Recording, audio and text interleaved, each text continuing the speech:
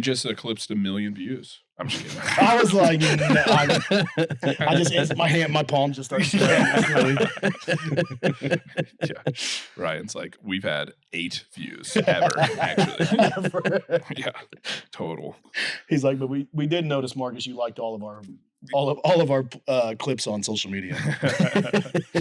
That's right. Yeah, you did. We had to make sure of that so you could qualify to be a guest. That's right. Right. Yeah. Right. But thank you for coming out, man. Dude, Appreciate again, you thanks being for having me. Yeah, we know you're a awesome. busy guy, and Yeah.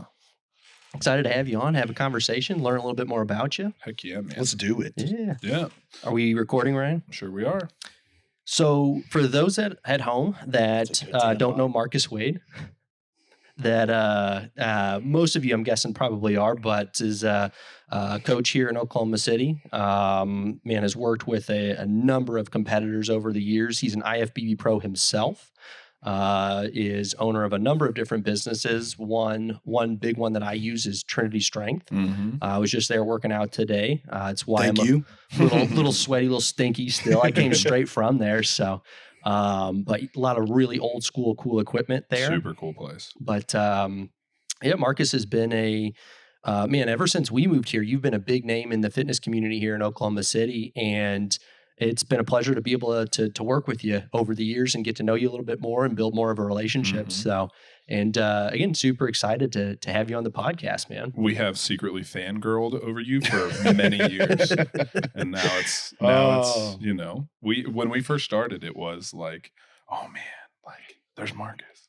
And now look at you. You're sitting there, you're hanging out with us. And I tell Kevin all the time. I can remember when, and gosh, this is probably 2000, maybe 14. Am I too far back? Or? 15, probably. Okay, so we had the Herbalife gym over on the 24 Fit gym on Western, Mhm. and I think you had a partner at the time that had longer hair. Mhm. That was Chad. Right? Chad Yeah. and Vincent were the original partners, and Chad, I know, we used to see you at the weight room a lot, Yeah. but it was me and Chad that were there a lot. Okay. Mhm. Well, he would come down all the time, Mhm. Mhm. and it was just kind of cool getting to know you guys then versus where it's at now. And but dude, you've always been super supportive, and you guys are always in the community doing your thing, and I appreciate you guys. Yeah. Like I said, the supplement world's been completely different since you guys came in, and you guys are awesome to have around. So thanks for having me. Thanks. It means a lot to us, man. You are somebody whose like opinion of how we do things, like we hold in high regard. Like it's not something we take lightly for sure. So to hear that coming from you, somebody who definitely knows his way around the business and knows his way around the fitness industry and supplements and all that kind of stuff, it means a lot, man. So we appreciate you a ton. And yeah, I'm excited to get started. Looks like Kevin's about to crack open a little drinky drink. What do we got today, Kev? We are drinking some E.H. Taylor, some small batch. So we are showing off. But we were showing off a little bit. We brought out the nice stuff for Marcus. Yeah. So. Got to do it. Are you a whiskey guy at all, Marcus? If I'm gonna drink, I would say yes. I Okay. just don't drink often. But Yeah. yeah. I think we're kind of in the same boat Mhm. ourselves. I think Thomas and I were both on a kick where the only time we would drink was a couple of drinks when we were on the podcast, Yeah, and like right. otherwise not at all. So, Yeah. Right. Yeah, Seriously. I'm a couple drinks at dinner kind of guy. Yeah. yeah. But that's So- from a lifetime of overdoing it. Though, so. We do have guests that partake and guests that don't. Would you like some? Yeah, absolutely. Awesome. Heck Cool. yeah. So one of the first things that I've been following you on recently, because obviously you and Kev do a similar thing here, but the new tattoos, man, they are Mhm. sick. Thank you. Man. I was just checking yours out. Thank you. I saw you checking me out. I wasn't gonna call you out for it, but I saw it. But no, man, they are looking slick. That's and you same guy as We do. Yeah, we yeah. do. Zach Perez. Yeah, And for anyone out there looking for an artist that'll take your ideas, your concepts, and just run with it. oh yeah.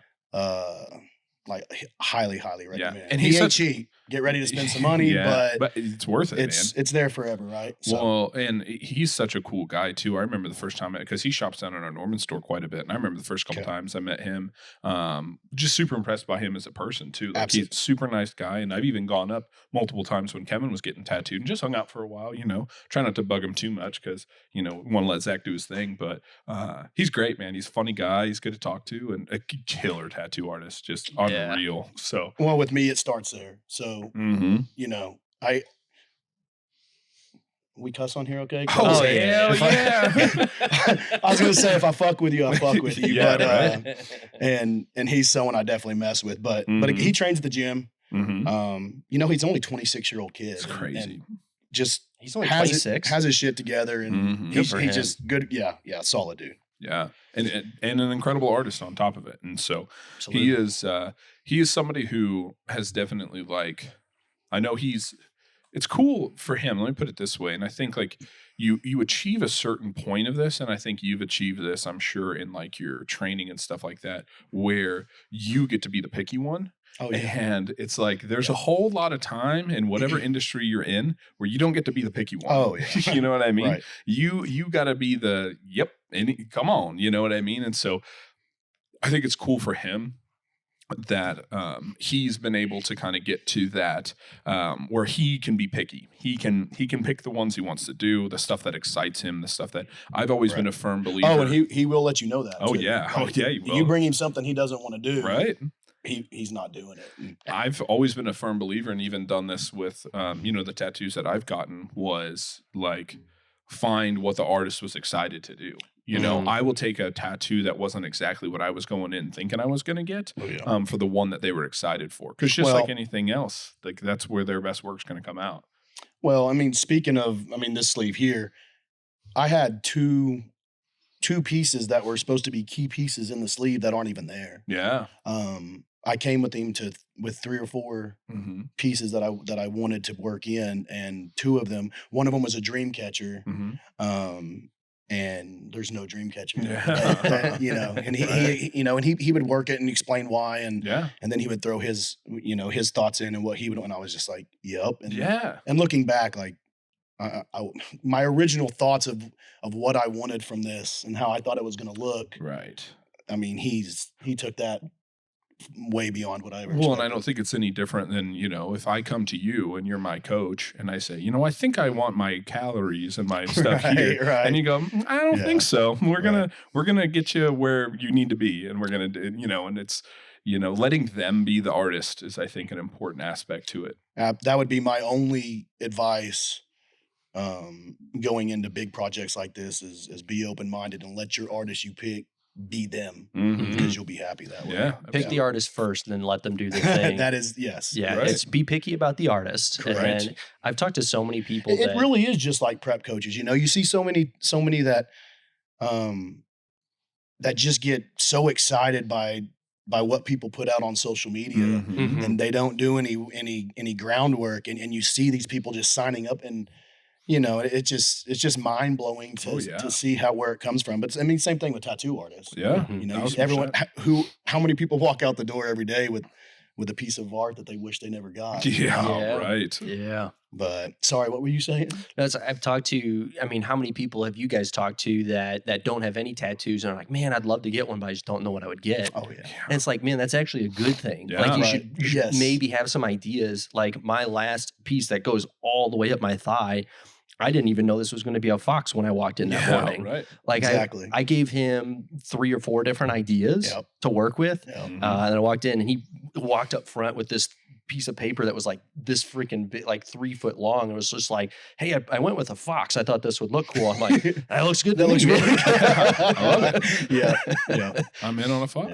Yeah. Well, dude, not dissimilar to even my tattoos, where it's the back of my leg is a whole Japanese waves and a whale, and I had no idea what I was getting that day. And PTSD. Yeah, The back of the leg is PTSD yeah, every for time. sure. It's no, it's been a couple years since I got a tattoo. Wonder why. But yeah, But again, it was hey, it's Joey who does most of my stuff back in Missouri, Joey Trent, and he it's just, hey man, what are you excited to work on? Like, what are you thinking? And gave him some ideas and some stuff that I thought was cool.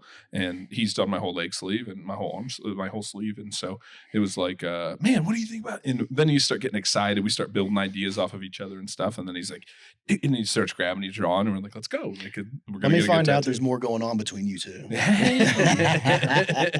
I mean, Some chemistry. honestly, Joey, if you're listening. How many awesome. how many sessions that went into yours? Oh, so like this outside, each panel was 2 sessions. So Mhm. 2, 1, 2, 7? Yeah. And each one, the shortest one was this eagle here, the fill-in piece, and it was like 6.5, 7 hours. Yeah. That's still a long time in the The gym. longest sit was almost 12. Ooh. Really? So I mean, it ranged between 6 and 12 hours. Ooh. So I think it's 40 something, 50 hours in the thing. But, Yeah. man, I'll tell you what. As I get older, I don't know if it's my age that I'm weaker and things hurt more, or if it's more just the fact that the leg really hurts that much more than a sleeve, and maybe just with so much color and being so full and packed. Yeah. Yeah. Because Dude, he packs it with the black and everything. I'm going to tell you, that was Yeah. it was 6 months of I don't like Zach as much when he's hitting those sensitive areas. No. He's not afraid to make it dark, man. And he does a good job of telling me how well I set. Yeah. Like, you do so well. Yeah. Maybe I think it's so I won't talk shit to Yeah. him. Or jump up. Yeah, right. I'm like, dude, come on. That's just quit talking to me. Yeah. Dude, right though. Want to do a quick cheers? Yeah, I'm in Yeah. All right. I grabbed a bottle of water in case you guys want to. I got you. I can't believe so do we confirm episode 24? Yep, number 24. Wow, 24. That's crazy. We will we have a lot of useless podcast hours built up. Yeah. And you guys started last fall. Is that right? That sounds right. Yeah, would have been, 24 divided by like every other week. Because you're doing them Yeah. bi-weekly, aren't you? Yeah. Probably close to a Times. year. If Times. I figured it out. And then I was like, no, every other week. Has So, it been that long? dude, it's Because we're coming up on a year now? no. It is already July. No way. Yeah, this year's Because I think flying y'all by. started in like September-ish. That sounds right, but I Yeah. honestly can't even remember when we did our first one. I just remember talking to you about all this. And First one got uploaded August 3rd. So Whoa. okay, so I missed it by a month. Yeah, that's crazy. Dude. You're a month from a year. That's crazy. We're about to have a 1-year podcast anniversary. What the shit? That does not feel like it at all. No. Wow. Can you Time flies, remember man. off the top of your head who all you've had on?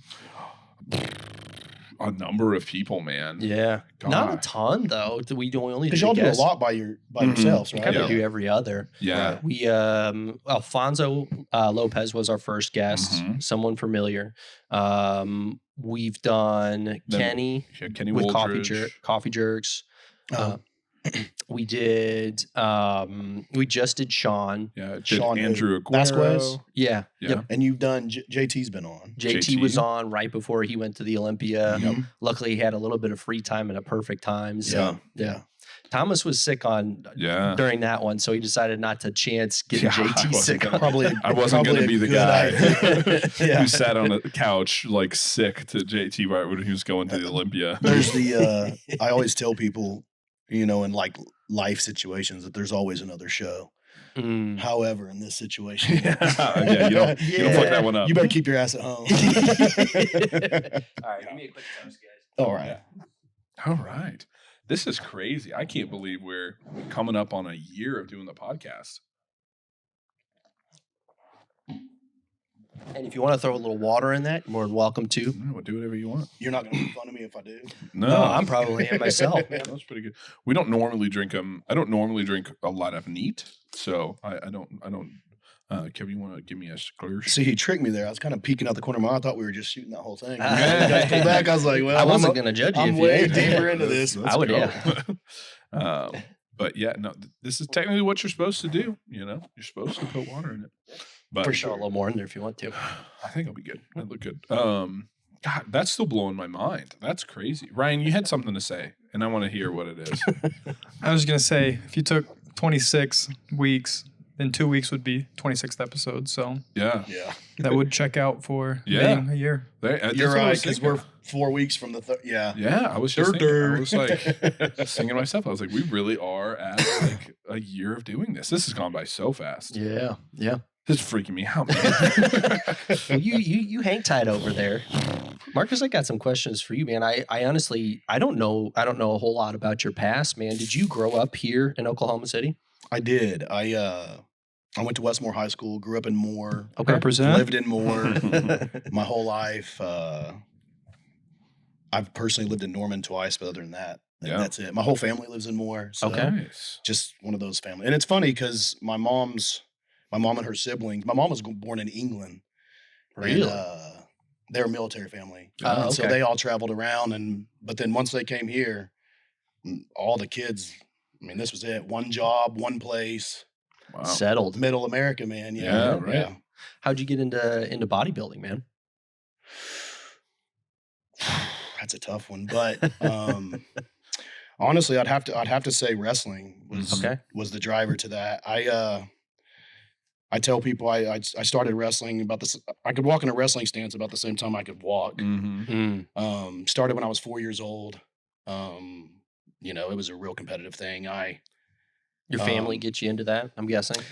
Yes, but no one in my family wrestled, which is weird. Interesting. So I'm honestly not sure how Yeah, that's usually that like happened. wrestler my mom, dad, then passed on to like my wrestler mom son. ended up being like crazy wrestler mom. Yeah. But I really don't know how it happens. I think I'm a little close. I'm echoing real bad. Yeah. But so yeah, I started wrestling when I was like 4 years old. When I was 8 or 9 years old, I can remember going to bed in sweatsuits, pulling Mhm. weight, Mm-hmm. and I'm not bragging on this or anything, but my dad sending me to school with a bag of like dry popcorn and telling me not to eat it just to not draw suspicion. Yeah. And I only say that to say like what level. Yeah. No, I get it. We did this at like Yeah. 8, 9, 10 years old. That's is- intense, So, man. It is. Kids wrestling is as intense as it is out there. It's incredible.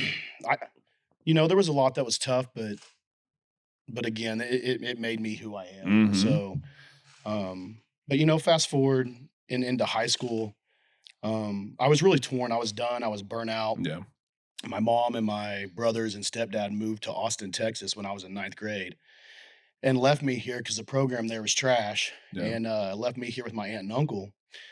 And which, if they ever hear this, I'm so appreciative of you for doing this for me. But, they pretty much took me in and raised me through high school.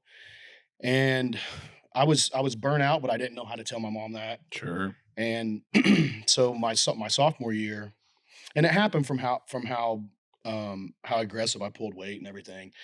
My ninth grade year, my freshman year, I went undefeated in junior high, high school, and Wow. Division 5, which, like I said, I was rolling. And after that, I don't know, something happened. I didn't want to pull weight anymore. Yeah.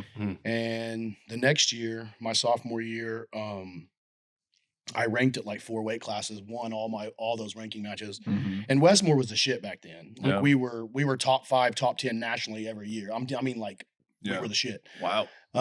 Going into mid-state my senior year, I was number 6 recruit in the country. So Yeah. Wow. I mean, we were really, really good. But that sophomore year, everyone knew I would pull the weight to pull down to 119. So I Mhm. just did it. Mhm. And I walked around in the 140s Oof. and pulled that, for duels and then tournaments every week. Mm-hmm. Jeez. And we ended up going to Reno to a big national tournament. And me and my buddy got really, really sick. and had like 105-degree fevers when we got off the plane, but I was like 9 pounds over. Yeah. So we went to the hotel, which was like one of those like Grand Casino type hotels. I can't remember which one, but we literally go in, drop our bags off, put our sweats on, step out in the hall. And I remember running from, it was like 3 in the afternoon, and I ran till the next morning. Jeez. No break. And with the 105 fever the whole time. Like, Jeez, yeah. I literally thought I was going to die. Yeah. And so I make weight the next morning. And just like all awesome nutritionists, high school coaches, they went and got us 10 bags of McDonald's, you know, Yeah, and right. destroyed your stomach and your. Anyways, next thing you know, I'm back over 8-9 pounds, and you gotta double weigh in for these big tournaments. So I had to weigh in. I was supposed to weigh in that night again too. Well, I actually, my first match, I ended up wrestling a kid from Oklahoma that ended up wrestling at OU. Really, really good kid, but we battled. He ended up winning the tournament, and he beat me in double overtime. Mhm. And I had one more match left, was still like 7 pounds over. And you guys, I don't have to explain how competitive I am. That's Yeah. pretty common knowledge around here. Yep. But I threw my next match. You know, my coaches don't know. My mom knew. Yeah. My mom was out there, and I went up to, and I was crying, and like, Sure. I straight told her, I was like, I'm not doing this. I'm not making weight again. I'm sick, you know? Yeah. And so I threw that match. I came home and I quit. Yeah. Wow. I quit. It was crazy. My mom supported me, but I mean, it killed her, I know. And the funny thing about this is, I told you, it was me and my best friend Brian Slater. And when we got home, that was the whole plan. We weren't going to go back to Christmas practices. We were done. And so we get back from Christmas break, and that motherfucker had been back at practice all the time. He went back, just out in me. And so I remember I go to the next duel the next week, and I'm sitting in the stands, and fucking Brian's down there wrestling, and I'm so pissed off. Yeah. And I held my guns. I didn't go back that year, but then between my sophomore and junior year, I went in and talked to my coach and told him pretty much straight up, like, I'm done pulling crazy amounts of weight. Not losing 20 pounds every week. You know, 5 or 10's cool, but that's it. And that's crazy. Like, that much weight to lose is crazy. Dude, it was because you're not walking. And I'm telling you, you're not walking around with 40 pounds of fat on you. Oh, I was skinny too, man. Right. People used to joke because I was quick, and so when I would be on my feet, it would look like I was legless. My legs were so small because I had this little stocky upper body. Yeah, yeah, but anyway, so fast forward, I went back my junior year, runnered up to Tion Ware to everything. My senior year, started partying, getting into some bullshit, didn't want to go. I had letters from every school in the country, hiding them and stuff. And so it came right before signing deadlines, and my mom calls my coach freaking out, crying, why is Marcus not getting letters, this, that, and the other? And he's like, he's been getting letters all year. Like, what are you talking about? So we had this big come to Jesus, and ended up talking to him, was gonna go to UCO, and then ended up not doing anything anyway. Yeah. And yeah, so that ended up leading to the next year. I didn't know what I was doing. I was bored, and I walked in. You know, I'd already kind of dabbled with weightlifting, like between my junior and senior year, being so small. It was really cool to always try to put on muscle in the off season. And then I walked into the Body Tech gym, met Howie Huddleston, and the rest is history, man. I mean, it was just, it was the same feel. Everything, it felt like home to be in a rough gym, a rough environment that's so controlled with the way you eat. The way I trained, that was always like my thing. Like, you go out on long runs in high school, like, good luck keeping up. I would take off and never stop. And I loved the way they trained. And dude, it was, like I said, it after 1 week, I was like, this is it. I'm gonna be a bodybuilder. Like, heck yeah. This is awesome. Knowing what you know now about nutrition, what do you think that the weight cutting when you were wrestling, what kind of effect do you think that had? Oh, I mean, I don't, you guys are going to learn a lot about me tonight. But, so I developed cardiomyopathy. Okay. And, you know, there was no like sure sign of what happened or how. They think it was a virus-induced cardiomyopathy. But the reality was, it was that year. It was after my sophomore year, and I think Yeah. it was that time I got sick, ran that fever, and did all that crazy Ran that marathon. to try to make. I mean, Yeah. when I quit, Seriously. Right. Yeah. when I tell you I thought I was dying, I think I actually was. Yeah. And so I got diagnosed. It's kind of funny. I didn't know I had symptoms or didn't think I had any symptoms. Sure. And one of my aunts was a nurse her whole life, and we were at Christmas, and she was just going around listening to the kids' hearts with her stethoscope. And she comes around, and, puts it to mine, and she pops up. She's like, she goes back in, and my heart at the time, I can't remember. But when I first went in, my injection fracture was in like 25%. If you guys, I don't know if you know what any of that is, but Mhm. that's the strength that your heart beats at. Mhm. Now no one's at like 100%, but normal ranges are like 65 to 80. Mm. He said I was equivalent to an 85-year-old man. Whoa. Jeez. And they put me on some meds. They're blood pressure meds that also will help with arrhythmia and such. Mhm. And I had to come in every 3 months. And if it didn't start showing signs of improvements right away in my first appointment, they were going to put me on a transplant list. Whoa. Wow. Yeah, yeah. And man, it's crazy to think back at this stuff. But Yeah. Heart transplant in high school, right? I was my senior year. Okay. I wanted to make sure I'm not. That's Yeah. insane. I was done wrestling. It was after. yeah. Yeah, Yeah. sure. But it was like the end of my my senior year that I That's got wild. diagnosed. Yeah. Oh, and come on now. You go into the doctor because your aunt hears your heart's bouncing around. Yeah. You just got done competing at this, Yeah, give me a right. break. And Right. you're a 19-year-old kid. And I go in, and my regular doctor sent me straight to a cardiologist. And so we were a little concerned, but then we met with the cardiologist, and he was like, abnormal heartbeats are normal, blah, blah, blah, blah. This will Mhm. probably be fine. And did a stress test, and I think one other test, I can't remember, but told me they would call me and have me come back in or with my results. And we got a call the next day to come in person. Mm.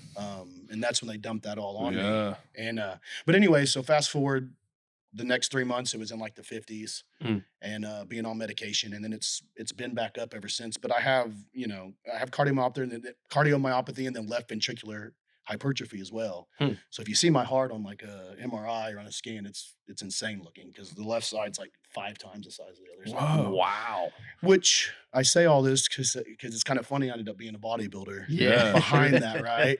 Probably not the best move, but Yeah, but you know what? This all makes sense. Like hearing you talk about it and meeting countless of your clients, yeah. the care you take with your clients when it Yeah. comes to off-season health Mhm. and all of these things, no matter what's going on, no matter how aggressive things are going, Right. it is obvious by just the supplement regimen that people come in and that are required to take that health is absolutely one of the top priorities for you. I mean, you only get one chance. Amen, man.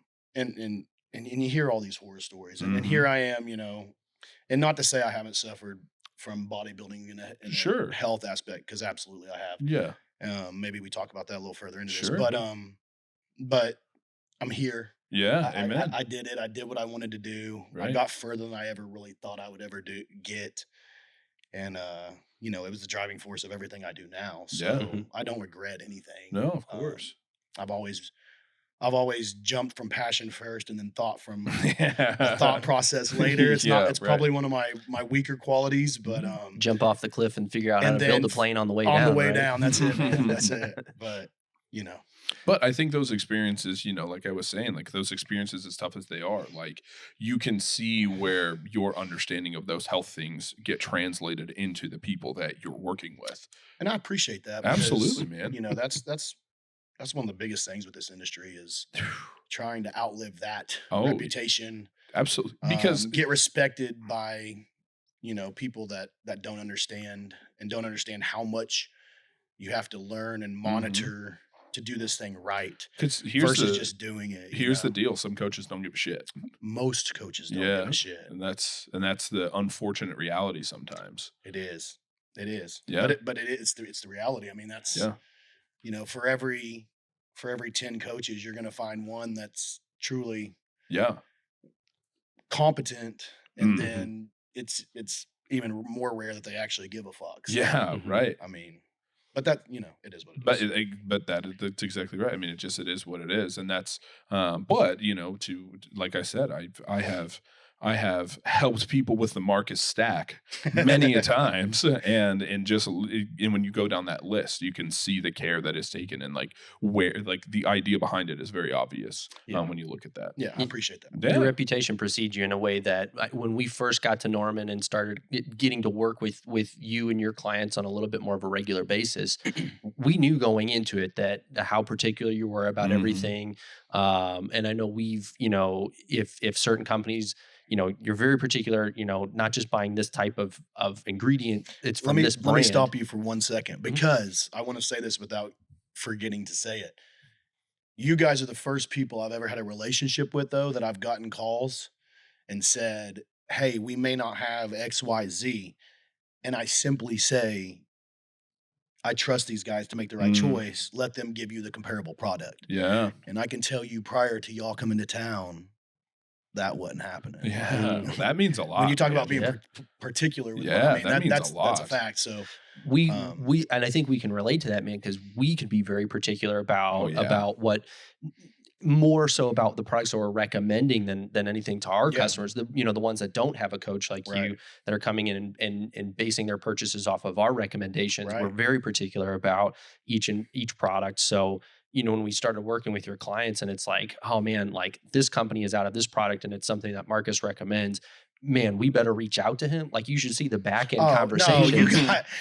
It was at least at first, we've built a lot more trust since. And I can, there's many times I go to open my inbox and it's someone from a triad store. Hey, Marcus, so-and-so's in here. Like, I don't want to, I'm like, you're totally good, man. Yeah, right. I trust you, do your thing. Yeah. But I think that's from our standpoint too, is just how much we respect you and how particular you are with it. And that's why I wanted to step in and say that. Yeah. And I'm sorry I kind of threw you off track there. No, you're good. However, it's again, my respect for you guys and what you've accomplished and what you do and what you represent and how you're willing to delay gratification time and time again for the better good of what you're trying to accomplish.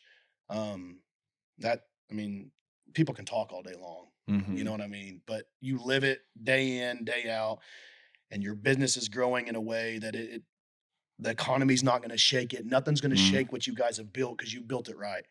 And my respect for that is, like I said, top notch, man. You guys are awesome. Well, thank you. Yeah, appreciate man. that. That means a lot coming from someone like you, man. When you know I mean it. Yeah. No, absolutely. But no, it is funny though, just to make light of it, because it is funny sometimes where I'll have somebody who's maybe just recently started working with you and they'll come in and they'll be like, okay, well, there's fish oil on here, but I can get that at Walmart. And I said, listen, I don't want you to die and I don't want to die, so you're damn sure not getting fish oil from Walmart. And they're like, okay, cool. And I'm like, whatever the list says, you get the list. We're like if you're gonna refuse, we'll pay for it. It's on the yeah, seriously. No, I got it. It's fine. Like, don't worry about it this time. Give me the money you were going to take to Walmart at least. Yeah. And we'll go from there. Yeah, right. That's too. But then there's other ones, whatever. They don't care. But no, it's like we know. But again, it's like we respect the fact that, you have this down to an exact science. You've been doing this long enough. You know what the people, you understand the difference. You understand the difference between, and no offense, I guess I haven't looked at a Walmart fish oil in a while, but like, the difference, and so. Well, let's just put it this way. I know what I know. You know what I mean? I'm not going to be the guy that's going to act like and here's the reality. Like there's so many guys that come in your stores that work for your company that can probably sit down and medical term me to death. You know what I'm saying? Like puke information that sounds so great. But I say it time and time again to some of the upcoming coaches I try to help or talk to. It's you need to know what you need to know, obviously, but you need to know how to apply what you know. That's what matters. You can know everything in the fucking world, and if you don't know how to make it work, then what's the point? And like I said, so many of these guys know so much more information than I do, but I built a system, and I'm willing to learn when I see things that are working better, and And I just stick to my guns with what I do know. I don't let people pull me off track. I Yeah. don't let people interfere with my preps and make me make decisions that, so and so says is going to be so Oh, great. yeah. I stay in my lane. Yeah. I know what I know, Mhm. and I've done it enough now that I'd like to say we've accomplished some It is funny some fairly good stuff. these young kids that come up and they just like they've been working out for 6 months and they're like firing off these like studies and like all Dude, this like medical stuff, like all this like training information. Well, I'm and like, just the habitual. I've done one show and now I'm a coach game is Yeah. like, yeah. and I get it. Like again, it wasn't like I had some crazy background. I mean, we can go into like where I came from here in a minute if you want. Yeah. So I get that you got to get out there and you got to work with someone. I mean, if you're wanting to do this, but Yeah. you got to pay some dues first, Oh, man. yeah. You got to Mhm. pay some sort of dues. You can't just do a show and think that you're the next best thing out there, because that's what these guys are doing. And they're going and watching John Jewett talk, and then they're just throwing up the same shit he's saying, but they have no clue Regurgitating. Yeah. how to actually apply any of that shit, man. So Well, and it's tough because, it's not dissimilar to, like what we do. And we say it, all the time that, as most people know by now, listen to the podcast, we have a rigorous training program to like become an employee for us. It is a month's worth of training at least. And on top of that, we've got a handwritten essay test that I think right now is averaging about 9 to 10 hours to take. Mhm. And Wow. oh yeah, Wow. handwritten. It's 180. and this is handwritten anyone that works in the store, every right? single person Every in the single- store. Wow. Yeah, that's Wow. just to be able to get a polo and take customers. No, for that's yourself. fuck you. Yeah. And what do we always say is that an employee doesn't really hit their stride until their like 1 year mark. Absolutely. Roughly. Yeah. Yeah. That's Exactly. like when And that's- they've got the reps, they've seen it, they understand, they've dealt with enough curveballs thrown at them, they've dealt with all these different things where they have finally started to pay some of their dues to like understand and really get a grasp of how to apply these things. Well, I mean, you're getting me on my soapbox now. I'm in on it. Because Get on the couch, stand up. I mean, what is the deal with thinking that you should just start at the top now? I mean, Mm. this Mm. mindset has not. These last couple of years, it's gone nuts. Yeah. Anyone that wants to come in and get a job thinks that they should be you 2 weeks later. Mm-hmm. One of the It's biggest crazy. things that we've heard more recently now that people I think know about the test, my favorite one that I've heard, and obviously won't name names or anything, but I've heard it from 2 different people who were interested in working for us that they thought they could pass the test tomorrow. And I said, "Oh, buddy, oh, buddy." But Did you guys build the test yourselves? Yeah. Sweet. because there's not a whole lot out there that's exactly what the training that we want to take employees Right. through. And I think the biggest thing is like, even if you could, Sure. again, we don't have employees where we are like fully confident in them working by themselves and taking any single customer until roughly a year in, sometimes right. longer, because you can regurgitate all the information. Like Mhm. you've Yeah. learned everything, like as much as you can, and you may understand each individual thing, but to be able to piece it all together and actually help people. Mhm. 1000%. Because how many clients do you have? How many clients have you ever had that are at least 2 that are exactly the same? Yeah. Have you ever had 2 that are identical? I never have. You mean all around? Like all around? Yeah, any Oh, client. yeah. Yeah, any clients that have been like There's not 2 runs with the same client that's ever identical. Yeah. Right. Right. You know what I mean? Right. Right. Yeah. That's the whole idea is that yes, the knowledge can help, but you don't until it takes a long time to figure out how to Mhm. apply it. Yeah. Right, absolutely. I can give you every tool in the shop. But if you don't know how to, it doesn't mean you can build shit. Right. Again, not gonna speak names, obviously, but it just cracks me up. I saw something where someone was posting about how basically they were going to do a show and didn't know wasn't going to hire nobody, didn't really know how to go about that final stage. So they were just going to pull up their stuff from years before and use so and so's approach. Mhm. Cool, Yeah. cool. However, 2 weeks later, they're advertising for clients. Oh yeah. Whoa, right? Yeah, right. Like, Right. Stomp the brakes. And guess what? People are signing up, bud. Mm. And that's wow. Yeah. And that's yeah. I think a big thing that I've heard too, man, is that like you said, with wrestling and with bodybuilding, man, like there are risks with helping someone with dieting and training, man. Mhm. Like For if sure. you recommend, something that works for 90% of the population but doesn't work for this one person, like you could start running into some issues Absolutely. and things that you don't know how to handle. Oh And yeah. that's a game I feel like every coach should be open enough to know if things go array so far. Like I will quickly send one of my athletes to the doctor. Mm-hmm. If I see something going a direction and I can't reel it in, Mhm. with the typical things you may do, I'm immediately saying, hey, we need to go get checked out, not just Yeah. get blood work. Let's go ahead and go in Yeah. and see what's Mhm. up. And that's why I mean, how often do you ever hear of my athletes ending up um, in the hospital, Oh, or sure. Right. like No, yeah. it Not at really all. does. That's something I've really prided myself on. But a lot of that comes with just being able to know when to tap out and Mm-hmm. when to not act like you know everything, Mm. and understand that you are working with someone's, I mean, not their livelihood, their life, Yeah. Oh Their so yeah. health. um so yeah, I think that's crucial, and I think a lot of coaches should be more open to getting to that point quicker in certain situations. But yeah, for me, like if I see something that's out of line, I will quickly speak up and get other people involved. Yeah. And there's cases where again, you know what you know, and then you see some stuff showing up in blood work or something else that you don't know about, rather than just faking it. I'll Yeah.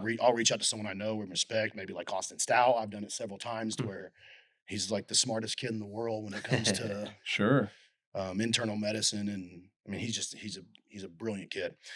And I've reached out to him several times Sure. to ask questions, and I think a lot of, you you hang around this long enough that you watch these hot kids come in and go Mm-hmm. like a dime a dozen, and everyone's, all and I'm just sitting back like, I know how this works. But Yeah. Right. Yeah. you kind of get you end up building relationships with the people that have been around and done Mm-hmm. it, and having that inner circle to be able to reflect with, Mm. is invaluable. I Oh mean, yeah. there's Well, I think even applying to us at times too, it's like there is, and obviously I love everybody that works for us, and there's always fun times, just like Alyssa and I'll sit and reminisce about something, you know what I mean? And it's just like, oh yeah, because it's, you remember what all the days are like, and it's like it's crazy to sit here and Alyssa, I literally was sitting and talking to Alyssa earlier, like looking back here, like what the shit is this is crazy, right? Like, are we all awake right now? Like, this is like we have a warehouse full of stuff, and And it's like that. What? you do get so caught in sometimes like just like head down working because Oh like yeah, it doesn't happen with just like sitting back and watching it. right. right. And It's like, people come and go, like you're Yep. saying, and it's like, yeah. oh, but then you see the people who, like, obviously all the people we have, and the people who've been here and doing stuff, and Yeah. even the people who have left but are still around. Like it's Hey, cheers to the ones that are worth it, to the ones that stick Yeah, around. absolutely. amen. Absolutely. Yeah, Throw a cheers to yeah, that, I'll because cheers to that one I'm for gonna sure. I'm gonna go ahead and just, I mean, Mike and Cody and my core group, like, Oh yeah, You've built an awesome culture. I mean, all of you guys have built an awesome culture there at Trinity, man. It's you guys, the guys that you have, man, you mesh well with. dude, they're incredible kids. Honestly, Mhm. like, I say kids. Um, you know, Mike, the most militant person you ever known, and as much as he struggles with like um emotions Mhm. and those things, he's brought so much structure and mindset Mhm. and just consistency to what we do. Mhm. It's irreplaceable. Oh yeah. Like I said, I knew, obviously the things I've been around personal development. I've done it my whole life, off and on. Mhm. Do it for a little while and then you don't do it for 6 months, type of thing. Yeah. Right. Mhm. Kind of like the typical Christian, going to church Yeah. 4 or 5 Sure. times a year. Um, but he came down, and for him, it's so awesome because he was raised in a family that was normal. Like, it was normal to not pick up the remote and turn the TV on, to open a book and to read things Mhm. um, that were valuable. I mean, personal development. Oh And yeah. I watched him do this over and over, and then this, last year in his prep for he did a couple shows, but Mhm. one of those shows. Yeah. Looked awesome. Oh, we were in Pittsburgh at North Mhm, Americans, mhm. and he was reading something, and I was like, "Well, dude, when we get home, I'm chiming into this," and next thing you know, we developed a group with all of our leadership, and then I it kind of bled into my staff and my detail company as well. But man, we were reading books together, Mhm. and this is again, this is just me being transparent. I haven't read an entire book in, I mean, 10 years. Mhm. I'm just gonna be honest. Yeah, right. Yeah. And what I think last year from September forward, I think we finished like 7, 8, 9 books or something. Yeah, that's great. And we're not doing it as a group now, because I Sure. don't think anyone needs to, but we're all, I Mhm. mean, the core group's still doing it. And again, just him bringing that, and then Cody just, from, sorry, I just got to shout these guys No, out. Yeah, we absolutely. love it, Yeah, man. take I'm your all time, man. about it. That I met that kid at a powerlifting meet in 2020. It was the first meet I'd taken somebody to. It was Logan Durham, Hmm. and it was the first meet that we worked together for. And I went up there, and Cody and Steve were competing in that meet, Mhm. Okay. and and then I'm running around talking to a couple people, and Cody comes up, and if you remember Cody, I mean, Cody's still, you know how reserved he is, but you know how Mhm. reserved he was. Mhm. And so I look over, and he's just kind of standing there. And so finally I'm looking at this dude like, "What's up, man?" And he introduces himself. He's like, "I heard you say," how passionate he is about all this stuff. Mhm. Yeah. And he's like, "I heard you say you're from Moore. Me and my buddy have been, buying all this equipment." And he starts telling me like about some of the stuff, and we've been storing it in our family's garage. I got a badass garage gym, and we're going to be opening a location. And what was crazy is I was actually talking to at the time Richard Yarber about opening a facility, Okay. which is now one of Cody's like main powerlifting clients. And Yeah. he Yeah. trains with. Yeah. And they're going to nationals this week. And so, and I forget what I was saying. Anyway, so Cody comes up, introduces himself, tells me about the gym, or that they're gonna be doing a gym. And I was like, cool, man, hell yeah, let me know. Like, as soon as you nail something down, holler at me. I gave him my number. Well, I didn't hear from him. A few months go by, and he hits me up, and we go over to the first. Did y'all see the first location? I've seen pictures. It was Yeah, this. just- but I didn't. Here we are. Yeah. This was it. I remember I mean, seeing it was How many square foot is this? 25. This is it. 2,500. Really? Same layout, narrow. Yeah. Mhm. Did you ever train there? I never trained. I only trained at the second location, but I remember seeing pictures. It was just, dude, they had compiled so much Dude, equipment, yeah. which was awesome, Dude, but just right. didn't have enough space. Bro, man. when I walked in, literally, it was the day before they opened. Me and Joey Codner went over there, and we sat down with Cody, and he's got about half the shit in, or most of it actually. And again, if you ever need something moved in a hurry, and you need it to fit, and you're not sure how you're gonna Cody is the guy. But so again, hats off to how he made that all work. But we're sitting down talking, and these dudes, they did. He wanted to have about 50 members, so the place could pay for itself, and they had a free place to Yeah. train or what. And I'm just Right. like, I'm like, what do you mean? Like, Right. wouldn't you like to make some coin? Yeah, Like, right. right. and he's like, yeah, and I go, dude, I'll have 50 members here tomorrow. Right. And he was, yeah, or him and Preston both. Yeah, right. I go, no, I'll have 50 members here tomorrow.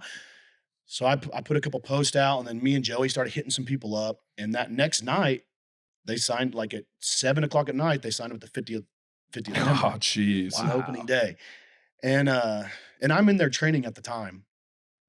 And Cody walks up, and he's all, and I already knew. I already knew what the fuck he wanted. I love your Cody And, impression. Spot on. And he's like, hey, we were, and I go, you want to talk? He was like, yeah. I was like, cool. At what time? He's like, or I think I even told him. I think I was like 11 tomorrow. And he was like, cool. So I met him, Steve, and Preston, and I came on that day. Yeah. Wow. So day 2, Yeah. once they already, and there were some things I wish I'd have been there before day 1. However, but man, it was crazy because opened that location, and they had this deal worked out with the landlord there that they could get the place next. They had first dibs at the place next to it. And we went like a couple weeks, and like I told you, 50 people on the first day. We outgrew it day 1. Yeah. Right.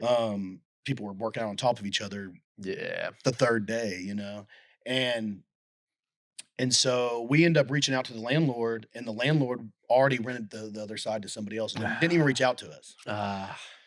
So he fucked us, and we kind of went back and forth, and luckily got it to where he would let us out as long as this motherfucker. The place wasn't painted for. We had to repaint the some bitch for him, but we hadn't even been there for 10 minutes. Mm. And but anyway, so we got out, got this location, Yeah. and we've been growing from there. Wait a second. Oh. Do you know who the landlord was at that first place? Middle Eastern guy. I'm trying to remember his name. Ali Ghanibadi? Yes. That's our landlord here. Shut up. No. Bro, that's why when I looked at this building, I was like, dog, this is it. Yeah. This is the building. I remember. I know generally where the first location was. No, and I think I know the shopping center. Hey, that's it. And I'm like, wait a second. I think Ali owns that one too. Yeah. Yeah. It's Oh, so bro. hilarious. Okay. Funny. So we won't, yeah. Yeah. Moving on. Be careful. Be careful. But, end of the day, he let us out of the lease. That's good. Yeah, so we moved forward. Yeah. But yeah, so yeah, we got that next building, and then you guys have been around for the rest, yeah. man. It's been cool. Isn't it funny though? You're in the day-to-day of it, and you don't even feel like you've grown. Do you feel that way? Yes. Oh yeah. It doesn't. All It the hardly time. feels any different Like, at all because it's Sometimes you're almost discouraged because you're like, I'm working so hard and nothing's really changing.